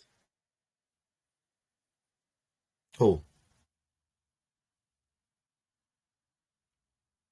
she can do catering, so let's hit it up. Hit can't that's C murder. C murder. Hit up Iman. Ask her if she does catering. If she does catering like that, then that's another plus. We can put that in there too. If we could just be us from the hood and we could just make our own shit, since we know each other, we grew up with each other, I'm with that too. We just fill in the, we could just fill in the blanks. Yeah, and I don't want just any DJ because I don't fuck with certain people. So, I mean, huh? I mean, I can still talk to Richie. Richie's my man. You met Richie before, right? Yeah, Richie's my man. And he from Brooklyn. He live in Brooklyn. So, and Richie DJ. So, all I gotta do is just call him and say, "All right, come on, let's go." And Richie's with it. So, we just if whatever we do, we have to be real with it. I can draft up a business plan. Excuse me. We can sit down We talk, we pose ideas so that we can get it started. If we can get it incorporated or LLC first, because that's the first step. But we got to have the team first. We can't bullshit, because if we're gonna make this money, we gonna make this motherfucking money because it's out there. COVID is trying to fuck up plans right now, but it's still gonna be out there. We still make shit happen. My brother's a fucking designer. All I gotta do is say, yo, we need dresses made. If we doing weddings, I can say, yo, we need dresses made. He'll make that shit because he want to get the money too, and that's my brother. That's family. So he already ready. So we gonna do it. We gonna do it. Make this money because there's limitless amount of fucking money out there. These people are willing to give us, and as long as we get a good rapport, and we gotta do this upscale shit. If we gotta dress up, wear shirt and ties, and ladies wear your blazers and shit all the time when we doing these events to show these people that we are nothing but professional and we trying to make this money, we gonna make this money. Cause nothing wrong with being hood, but if we looking professional, we gonna get that professional fucking money. That's just how I see it. Candy, I know you with it. I know it's T-Murder, I know you with it, because you talk the talk too, or you got the gift of gab. I already know, because we've been there. We done did this thing before. So it is what it is. We got to do this shit. Again, Nia, what's your purpose? That's the fifth principle in Kwanzaa. What is your purpose? What is it that you are set out here to do? What is it that you're willing to do for the benefit and for the betterment of your people? Are you willing to go out there and hustle and bustle so that your brother, that your sister, and I'm not saying brother and sister meaning literally, I'm saying figuratively, your brother or sister, are you willing to go out there and grind so that our people can be better? So our people could be able to advance. You don't have to worry about certain shit. Like, I'm good at math. I'm about to start doing the tutoring thing again. I did that when I was living in Harlem. I was tutoring, elementary and junior high school kids in mathematics. I can even do it for high school kids. But, I'm going to start using my talents and my skills to tutor again, because if I know something, I want my people to know something. I don't want to keep it to myself. The biggest thing about learning, about, being able to help your people is the skills that you have, giving it to them, giving it to the next man so that they can know. I don't want you to know more than me. I mean, I don't want you to know less than me. I want you to know the same as me. And if you know shit, I want to learn it too, because that's what it is. That's what purpose is. Helping our people, knowing what our purpose in life is so that we can give it to our people and help them achieve the things that they need to achieve.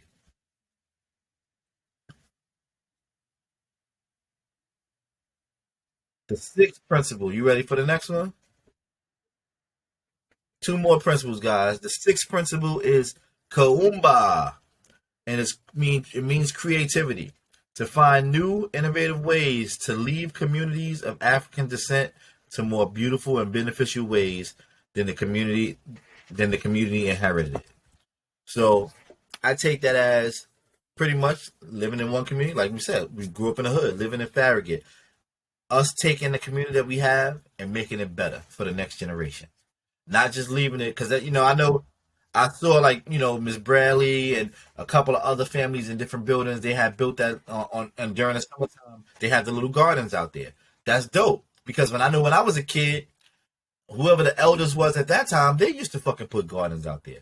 So it was pretty dope that some of the elders now have started to build gardens and put them inside the hood. But it's more than just gardens. Like, we need other shit. Like, for instance, I don't know how it is in elementary schools at 307 now, but do they still have like art and music in them fucking schools anymore? Like, I'm just asking. Like, let's get programs for instance, like me, like I said, mathematics. And if I lived in the city, I would do it. It's hard for me to get to the city on the weekends, but people like myself or other people who are musically inclined, just take it out of yourself in your own time and your own money to, on a Saturday, go to the community center and teach a fucking a flute class from 11 to 2. Something like that. That's how we get our community back to the way it was, because I know, like I said, when we was in school, we had gym, we had music, we had art.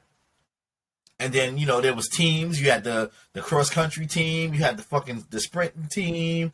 You had tennis, math team. It was a whole bunch of shit you had. You don't even have that no more.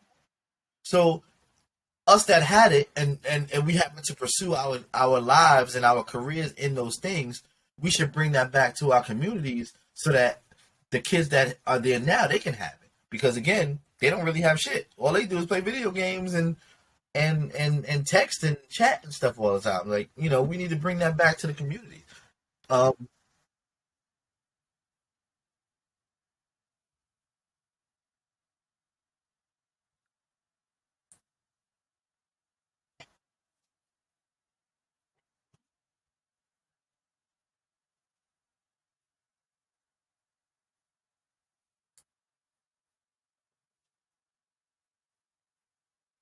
You're true, but then that's where you would have to get into the point of writing a grant. Like you would have to write a grant to Nikon, or write a grant to what's another camera, to Canada. Something saying, "Yo, my name is blah blah blah blah blah. I'm from this area. I started teaching, you know, 12-year-olds how to take, how to use basic cameras, but it's because of the program and because of because of the outcome and so many kids wanted to do it. I would like you guys, or if it was possible, could you guys fucking donate 10 cameras, so that each year, or each however long the program, you say, is like 10 classes, so for like 2 months, if you could donate 10 cameras, so every 2 months I can teach 10 kids how to fucking shoot cameras. Like, they would do that because that's a write-off for them. That makes them look. Like I said, even with music, like somebody that's musically inclined. I don't know how to play the piano, but somebody that knows how to play the piano, they get somebody to donate, 10 to 15 keyboards, and keyboards, you can get a keyboard for $25, $30. No big fucking expensive one, just a major keyboard, so that they can teach these people or these kids how to play the basic, keyboard. Like I said, with math, you can get somebody who has a degree in mathematics or a degree in finance or something that can, spend a Saturday for an hour or two teaching kids how to fucking how to do taxes or something like that. Something major like that, or something minor like that could be major, so that as they get older, they can have some type of skill set. A mechanic, you can find, it's mad hood mechanics. You can fucking get one of the hood mechanics to take 5 kids and show them the basics of how to fix a fucking car, or how to do an oil change, or how to change a tire. That shit goes. That shit, even if you're licensed, yeah, I mean, of course, but even if they're not, well, yeah, that's true. But I'm just giving you as an example. Just use that as an example. You get somebody, but you don't need to have a fucking license to learn how to change a tire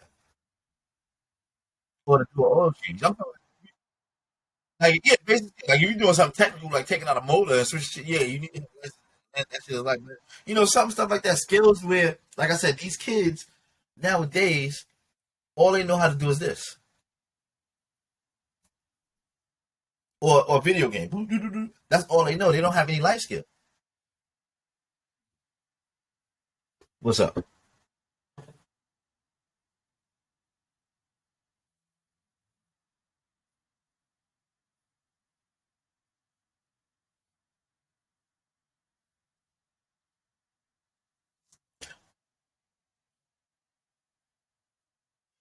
What I almost had going on the year before last. So wait, this is 20. Oh, I'm sorry. Go ahead. My bad. My bad. Yeah, I'm reading what she's saying. Go ahead.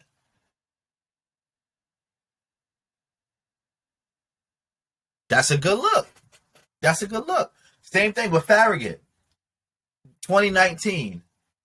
I had spoken with the director of the community center because my mother goes down there to play bingo. I had spoke with the director of the community center down there because I was going to have a class, a line dancing class for the elders to get them to move around. I have a friend named Jasmine. Well, she's an Eastern Star, and she knows all the new line dances. So her and I were gonna come down there, because I was gonna get her to come on a Saturday. We was gonna come down there for an hour, and we was gonna do a line dancing class. So to teach these, the elders, whoever, men or women, the line dances, like the electric slide. I mean, they know how to do that, but other shit like the bicycle shuffle, Cupid shuffle times three, whatever new shit it was. Yeah, there's something called a bicycle shuffle. Well, biker shuffle. But like different line dances, and that's cool because one, it teaches all the older people their hand and foot coordination or eye, whatever their rhythm, whatever it is, it keeps them moving. So we thought about that, but then COVID happened, so that kind of shut that shit down. But that's dope stuff for the community. Like, you know, Tracy Dickerson, she still does the cheerleading thing in 307, which is dope. Like that shit is dope. Like, cheerleading. A lot of people want to be cheerleaders, and she still does that. No, and she still does it, and that's a good look for her. That's definitely what's yeah, well, yeah, 307 Diamonds. And then even, Leah, her daughter, opened up the Dream Academy, which is a fucking it's like a daycare. Stuff like that is dope. No, Leah Leah. Leah Dickerson. Tracy, the oldest daughter.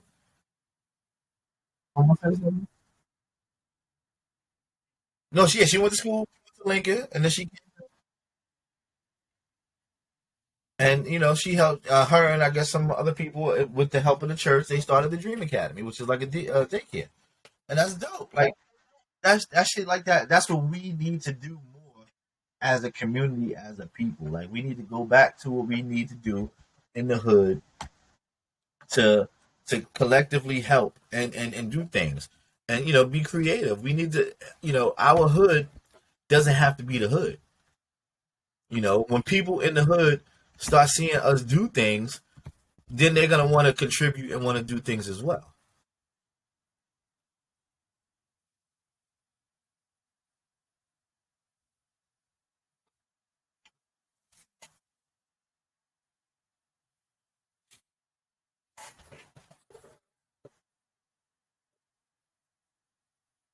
It's pissing. Oh, dog shit.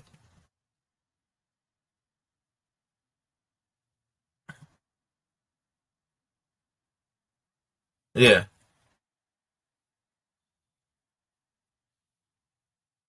that person.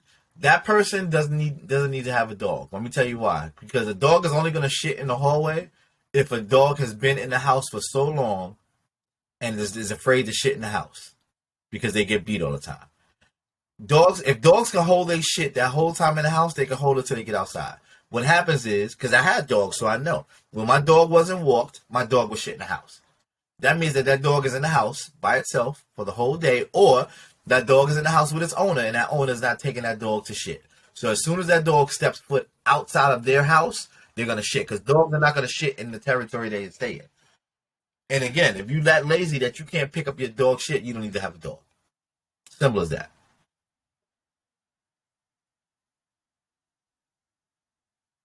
Just like back in the day when we used to be there, remember there used to be a janitor. His name was Kim, the tall, skinny guy. He used to fucking that building used to be immaculate. 181. That nigga used to start at 5 in the morning. He would go all the way up to the 14th floor. He would mop every single fucking floor. Every single fucking garbage and incinerator was done and fixed. Every elevator. As soon as he got to the first floor, you get up to the fifth, sixth floor. There's piss or shit in the hallway. This nigga just spent his whole fucking day mopping. Why is it that you gotta piss in the hallway? Like or piss in the elevator. Why the fuck you pee in the elevator knowing that people get on and off the elevator? Like that it should make no sense. That's just people's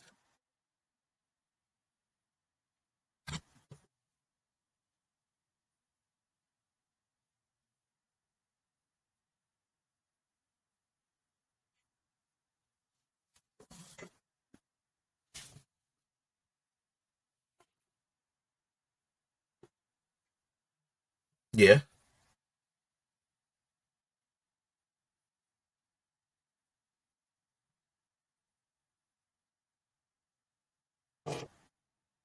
Peeing or peeing in the incinerator. There's an incinerator on every fucking floor.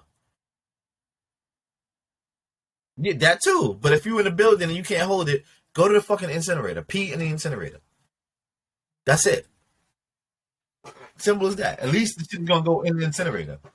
Why you got pee on the fucking floor, on the stairs? It's just I don't know. That shit was because it is that shit used to there used to be fire on the bottom of that bitch. I don't know. That shit still got fire on it. I don't know. I don't go.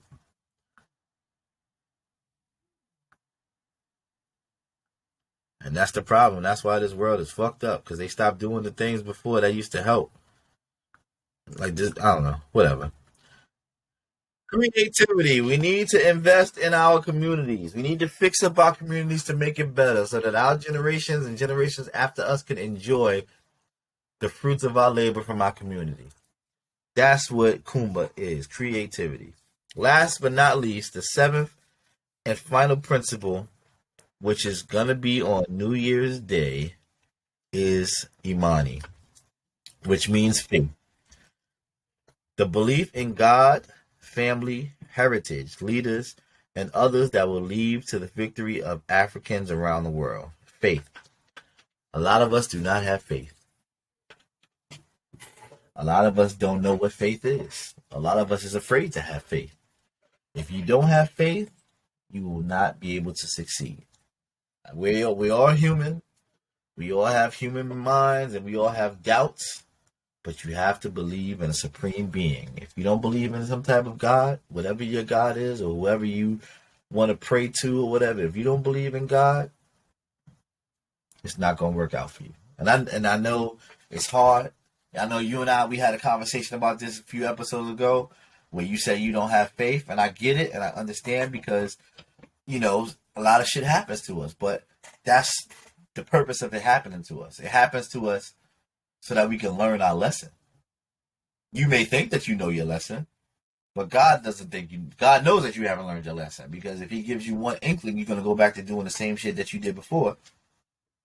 That hindered you from doing the shit that you was doing before. That's the way God works. Like none of us know how God works, but that's how God works. God teaches us lessons so that we won't make the same mistakes over and over again. And we may think that we're not making it, but it's still something that we're doing that's preventing us from succeeding. It's preventing us from living. It's preventing us from existing and being the greatest possible person that we are. Like people, you are the physical representation of God. A lot of people don't believe that. A lot of people are like, oh, you can't say that because God, blah, blah, blah, blah. But how is it if God created us in His image, we are physical representations of God? I mean, that's just what it is. And it's no religion based. There's no specific type of, religion that's being said. But we were created to be like God. We are never going to be like God because God is all perfect, all power. He's everything that we are trying to live up to be. We are taught in the Masonic principles that rough ashlar, smooth ashlar. God is like the smooth ashlar. We spend our life as a rough ashlar trying to cut off those corners so that we can become smooth. We never become smooth. We spend our entire life becoming smooth, but that's the purpose of us living. When we become smooth is when we're in that dirt, when we're in that ground, ashes to ashes, dust to dust. That's when we're done. That's when we have dissolved. Our physical characteristics are gone. Our mental characteristics are wherever they are. We don't know. It could be in the heavens. It could be wherever they are. We don't know because no one has ever come back from death. But we are physical representations of God. We have to have faith in God. In order to believe, in order to live, in order to do anything, you have to have faith in a supreme being in order for you to exist. And anybody who says that you do not, they are a liar and they are in denial. Because again, you have to believe and you have to have faith in something in order to get something. That's it. Simple as that. Drug dealers, they have faith in their power to sell drugs in order to get money. They have faith. Gang members, they have bloods, they have faith in their OGs. Everybody has faith in something. That's just what it is. What is your faith? Again, some people have faith in religion. Some people have faith in cars. Some people have faith in any and every other thing.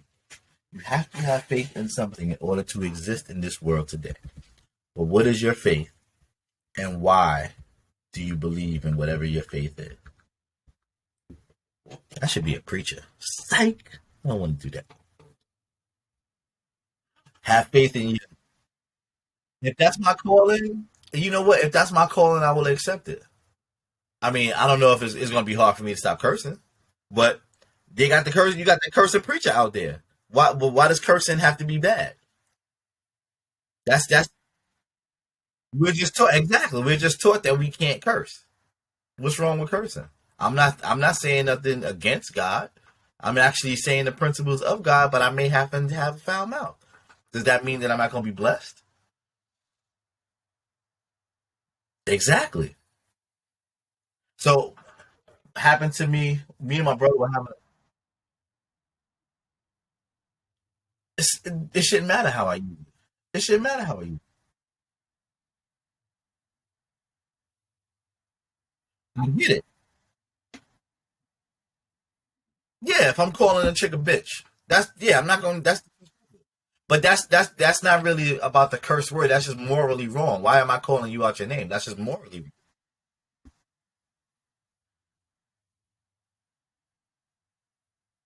Why are you calling them stupid? Period. Motherfucker is just a term. That's just a term of endearment. I'm like, oh, that's my motherfucker. Does that mean that you're it's bad because I'm calling you my motherfucker? That means you my. But then that's by you just calling me dumb. You calling me out your name. I'm a name, regardless of you calling me motherfucker. You just call me dumb. Exactly.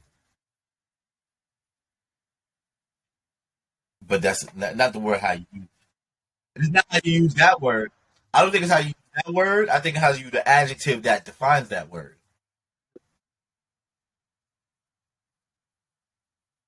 This is this is an adjective. You're describing the motherfucker. This motherfucker. That's what I'm saying. So it's not just the word; it's the adjective that's used to describe the word. Aha. But yeah, I mean,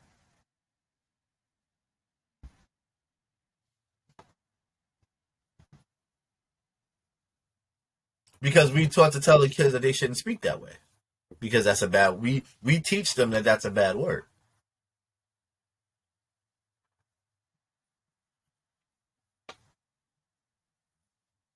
There's white. Well, I'm not gonna say just white kids, but there's kids that I hear saying that shit, and then the parents start laughing. Oh my god, that's so cute. No, that's not cute. That's just the point of not saying that even if it is a bad word, that kid should not be saying that. But back to yeah, back to faith, back to Imani. Um, do you believe in your ancestors? Okay, there we go. That's what's up. Do you have faith?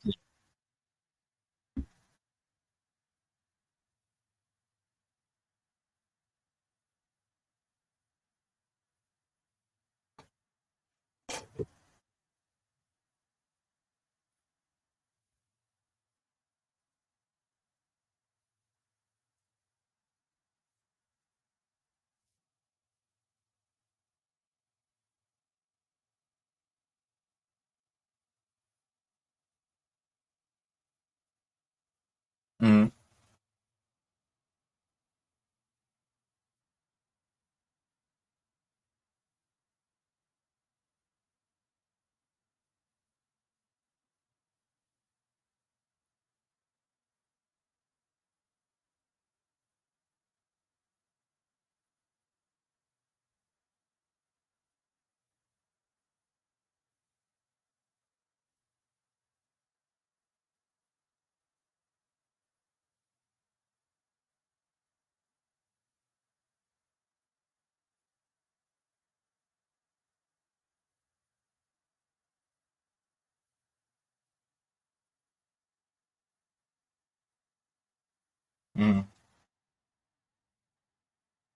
Mm-hmm. Mm-hmm.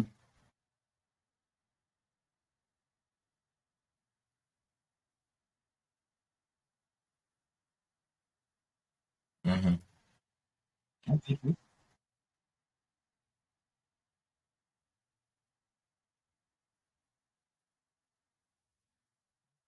I hear you.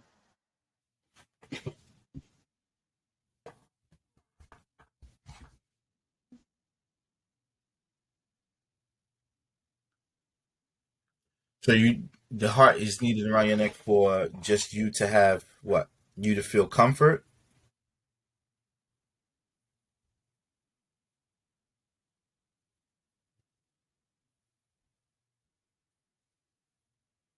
Of course he was.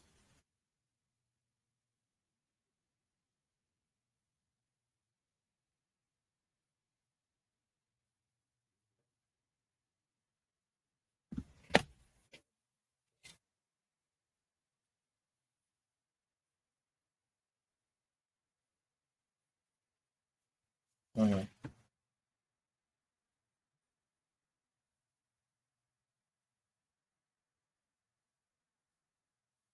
So my question to you now, in lieu of that, now what happens, God forbid, if you lose that heart altogether? So you're gonna tell me that if you lose that heart and misplace it, or somebody steals it, so that means you're just gonna always be riled up now because you don't have the heart on you?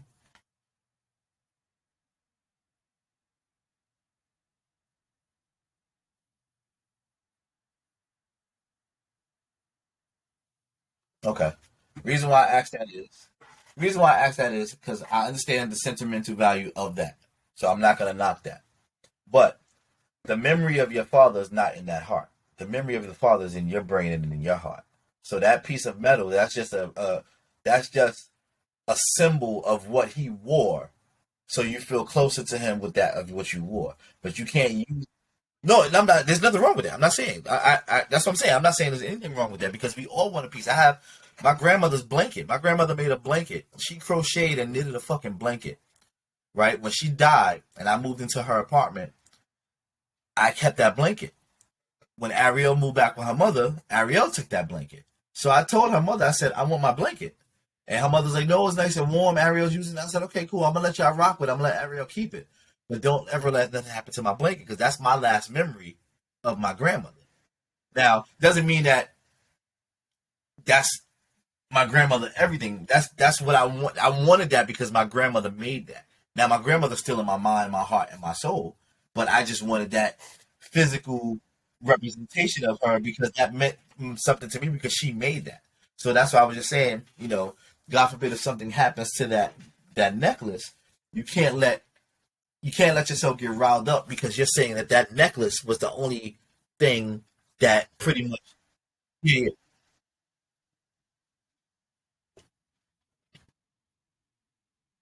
Okay.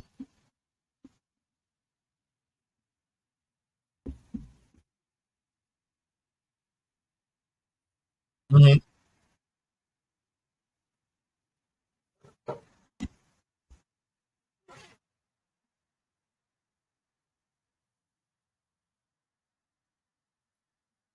Hmm.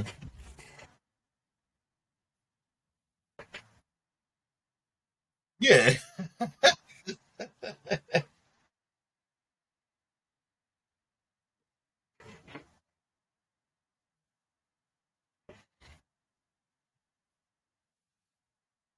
Yeah, yeah, yeah. I got you. I got you. Because you're never gonna forget who your father is. You're never gonna forget who you are. Because he was in your life. You know, but we have faith. I have faith in our ancestors, and I have faith in God. I used to be a religious person, but then when I realized that religion is fake. Not to knock anybody out there who is religious.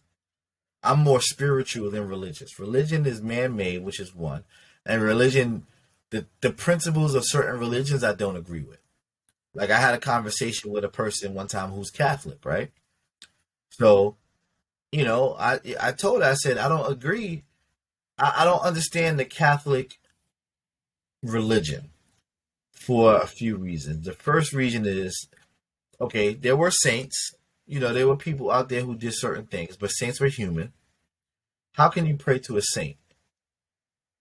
No, this is just my reasoning. Again, I'm not knocking nobody who does it, but certain Catholic religions, they pray to a saint so that the saint can talk to God.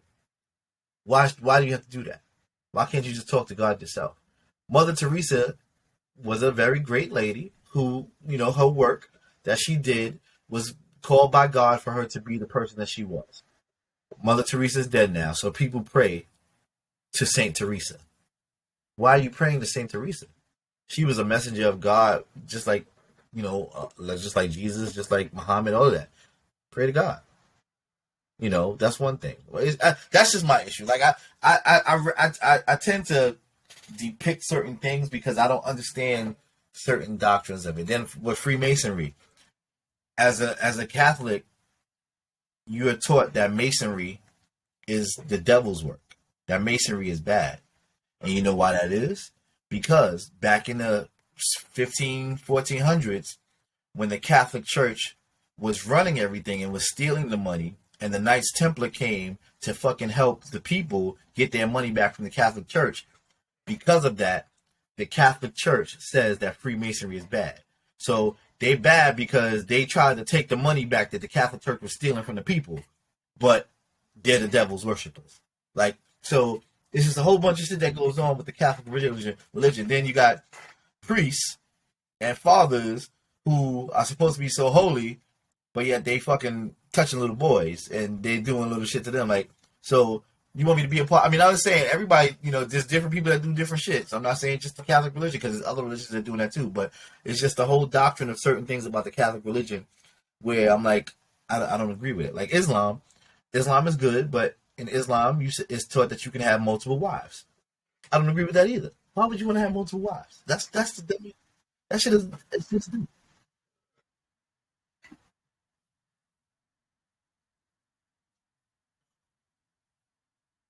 That's what I'm saying. That's what the Quakers do. The Quakers in PA and in Ohio and shit, the polygamists, they have more than one wife. Like, how could you do that? Like, how you think that's of God for you to have more than one wife? Like, that shit is retarded. Like, it's just like I said, these religions are made by people to conform to their lives and to make their lives acceptable when morally, because we all have morals. God gives us morals. Morally, certain shit is wrong, but we try to make exceptions to stuff to make us seem right, and that's not fair. That's not how the world works.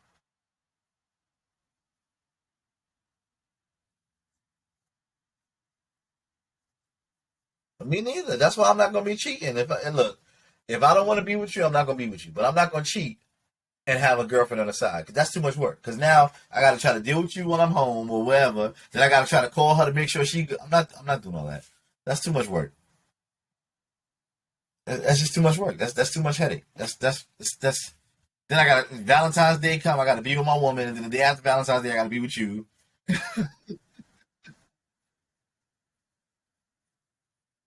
That's what I'm saying. Birthdays come. I gotta get something for my lady for her birthday. Then I gotta get something for my side piece. Like I'm not doing. That's too much.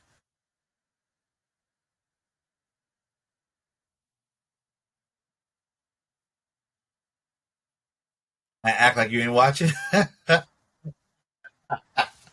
Oh my god, this nigga's fucking. Yeah, I'm not doing that either. That's too much work. Too much work.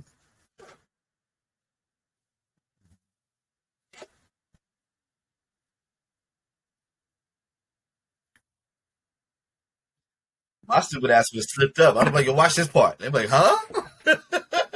Oops, my bad.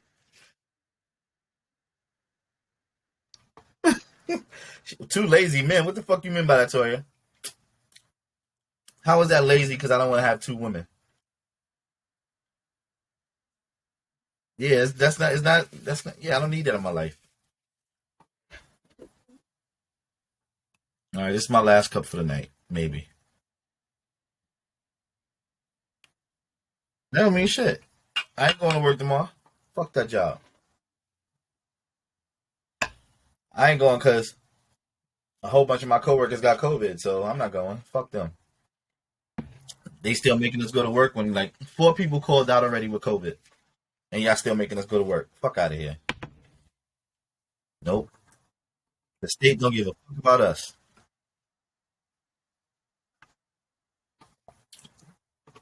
Uh oh. Uh oh. Y'all both just basically said y'all two lazy motherfuckers. You Why we lazy? you both said it. You said I'm too lazy to have a wife and a girlfriend. He said that. I said I'm just not doing it. You said you was lazy. Oh Lord, can we rewind it? You'll rewind it. Hear it. I ain't never say shit about being lazy. Yep. He said that shit. I just said I'm not gonna do that because that's a waste of my time. But anyway, why you gotta be lazy? Because he don't want a wife and a girlfriend. Well, why you gotta be lazy? No, I appreciate things like this. I'm just saying you both basically said you're too lazy to be doing all that. Nah, I ain't say lazy. I said I ain't got the time capacity for it. That's too much work. I'm a good guy.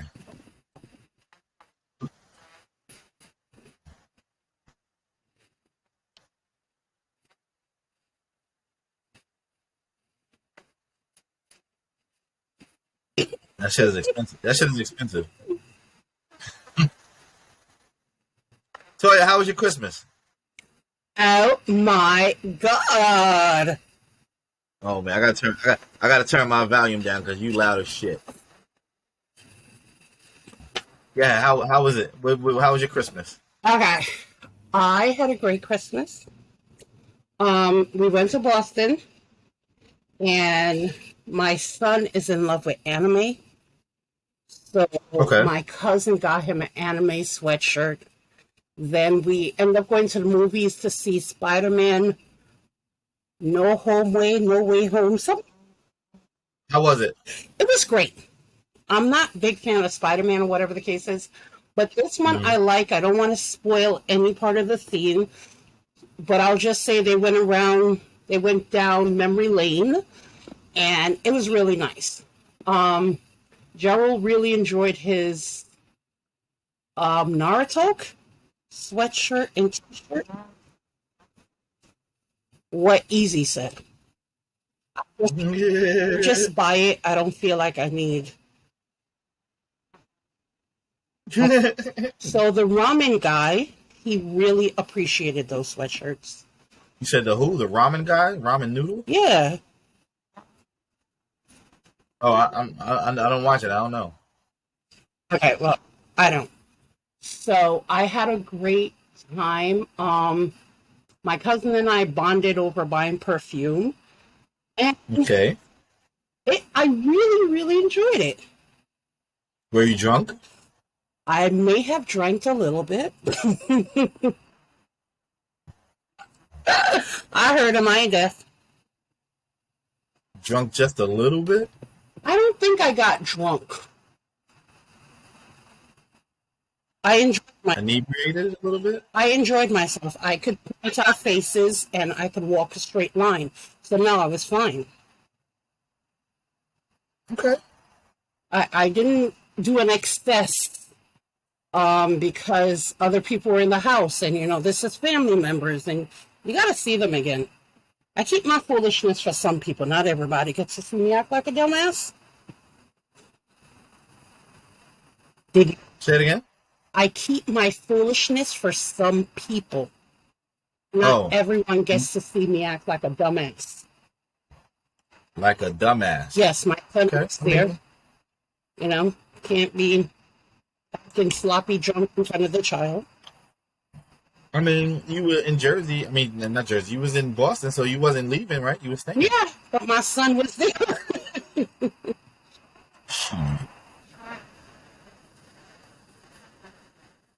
I'm sorry. You got a lot of air on your shit, so yeah. What you got, an iPhone?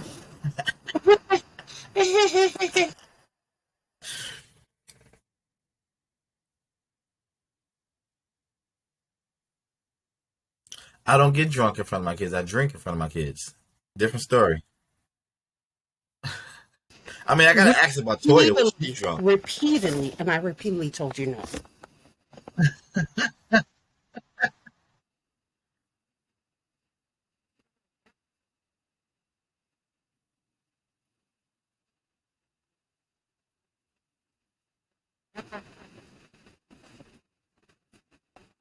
Of course. But yes, I I need to make a request for New Year's. You already know, my nigga. Already know. I need that in my life now. Cause this coquito is gonna be gone by tomorrow.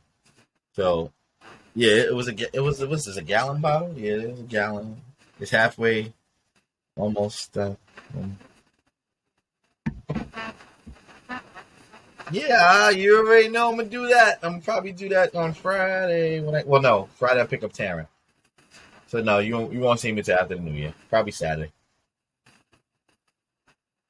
It's supposed to rain this whole weekend. It's gonna be fucking 30 degrees on Monday. Mm-mm-mm.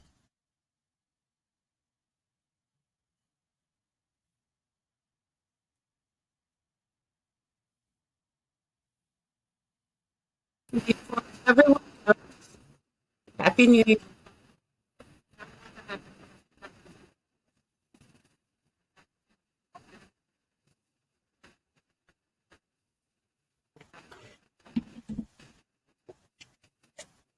I'm with it. I'm with it.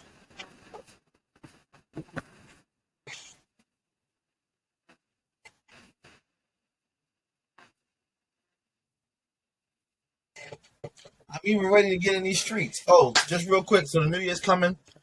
January, February, well, February is the coldest month, but starting January, me and some friends, we were doing it every year, but we didn't do it last year because of COVID. The year before we did, but we collect blankets. Um, the winter time is very cold. We got a lot of homeless people out there in the streets. So, so me and some of my peoples, we collect blankets every year so that we can go out and we go out to the streets, we go out to the train station, we go out to Penn Station, we go to Port Authority, Hell's Kitchen, we go to places like that. We would try to ride the train stations if we get enough people. I mean, we try to ride the trains to different stations, but anyway, we collect blankets. They can be new or used. If you live near a Walmart or you have access to a Walmart, they have fleece blankets for $5. Or if you have old blankets that are in your house, if you can wash them, we collect blankets so that we can give them out to the homeless people. We used to do it just in February, but since COVID and shit, we're gonna do it in January. We're gonna do it in February. So we're gonna collect starting the beginning of the year, like maybe the third Saturday or something in January, and then again February, the third Saturday in February. We're gonna pass these blankets out. I'll give you the location that we're gonna be collecting the blankets if you want. It's gonna be probably in Harlem, but I will let you know exactly because we have to find out if these buildings are going to be open so that we can collect. Because we usually collect it at 155th Street, but I don't know if the building is going to be open. Because if it is, then we can drop them off there. But that'll come the first that next month. I mean, the new year, the first show on Wednesday. I'll give you a location of where we're going to accept the blankets so that we can do our blanket drive for the year. And again, this is something we do every year. Come out of our own pockets. We don't ask nobody for nothing but some fucking yeah. And then if you give socks as well, if you can give some new socks or used socks, because a lot of these homeless people are walking around the train station with no socks on their feet. You know, if you can get some of that, however you want to do it. But again, next week Wednesday, the first show of the new year, I will give you more information on where to drop them off if you are able to help out and donate and give to our people that are in need. So what I was saying is Happy New Year's, everyone. I like to leave early so I could upload this correctly, so Mr. E's don't have issues uploading it.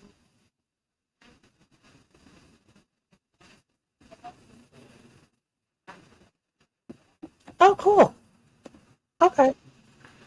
And shout out to Skip from my job at West Point. One of my dudes at West Point where I work at. He actually follows the show and he watches it. He said it's a good look because there's very rare shows that dudes talk about dude shit. And he gave me a prop last week when I worked with him. He was like, yo, and him and his mans, they actually logged on and they looked at it and they actually felt good that this shit was going on. So shout out to Skip. I'll see you soon.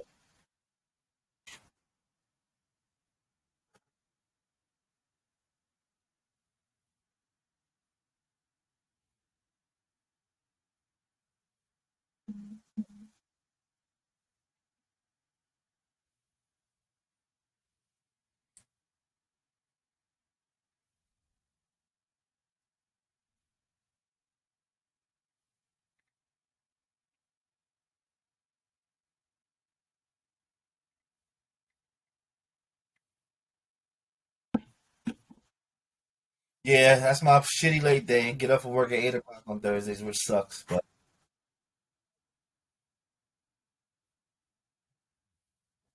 yeah.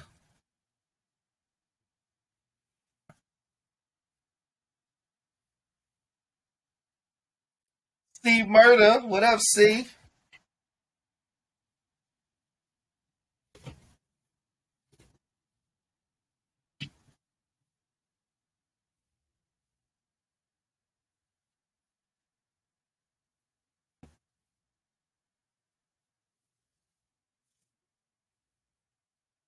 Happy New Year, everybody. We see y'all next week.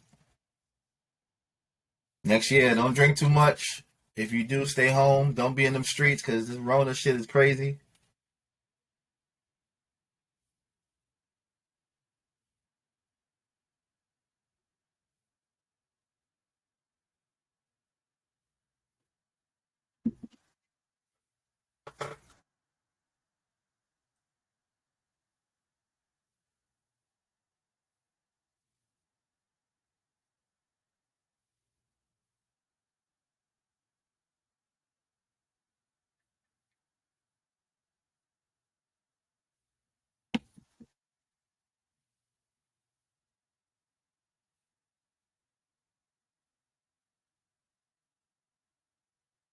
Word life.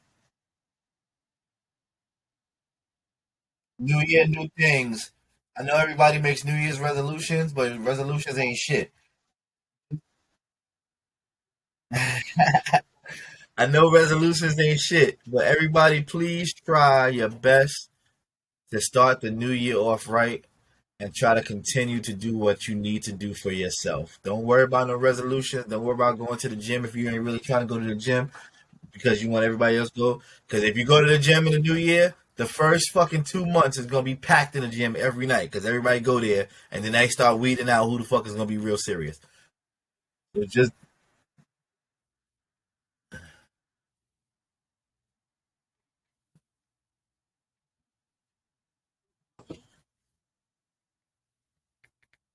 I same thing with me. Like I have a whole bunch of shit. Like for my birthday, I had my daughter Ariel. She bought me a weight set for my birthday, so I have that here. I have an elliptical machine already here. I got resistance bands. I got jump rope. I got the whole shit here. And like you said, you go on YouTube and there's fucking videos that'll teach you a whole fucking program for 30 minutes, 45 minutes. All I need now is a weight bench because by lifting the weight, some of the things I got to do, I got to use it on the bench, and I can't. I don't got a weight bench. I can't do it on the bed, and I can't do it on the couch. So I'm trying to find a weight bench online, but this guy that I fucking keep emailing, he's bullshitting me. But yeah,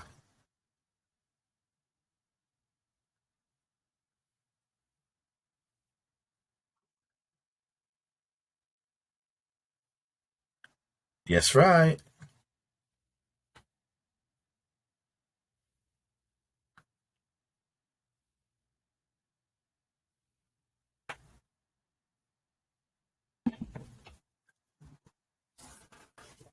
And people don't be saying Happy New Year's. It's Happy New Year.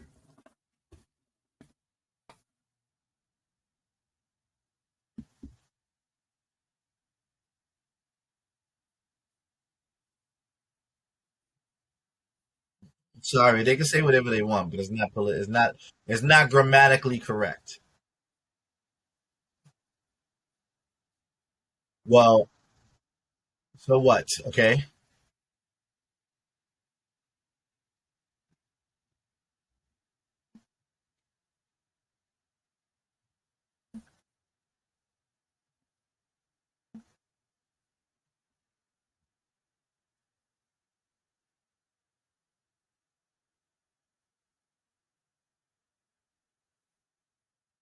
So yeah, nothing.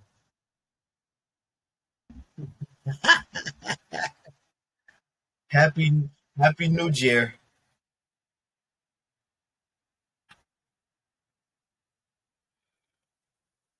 Peace.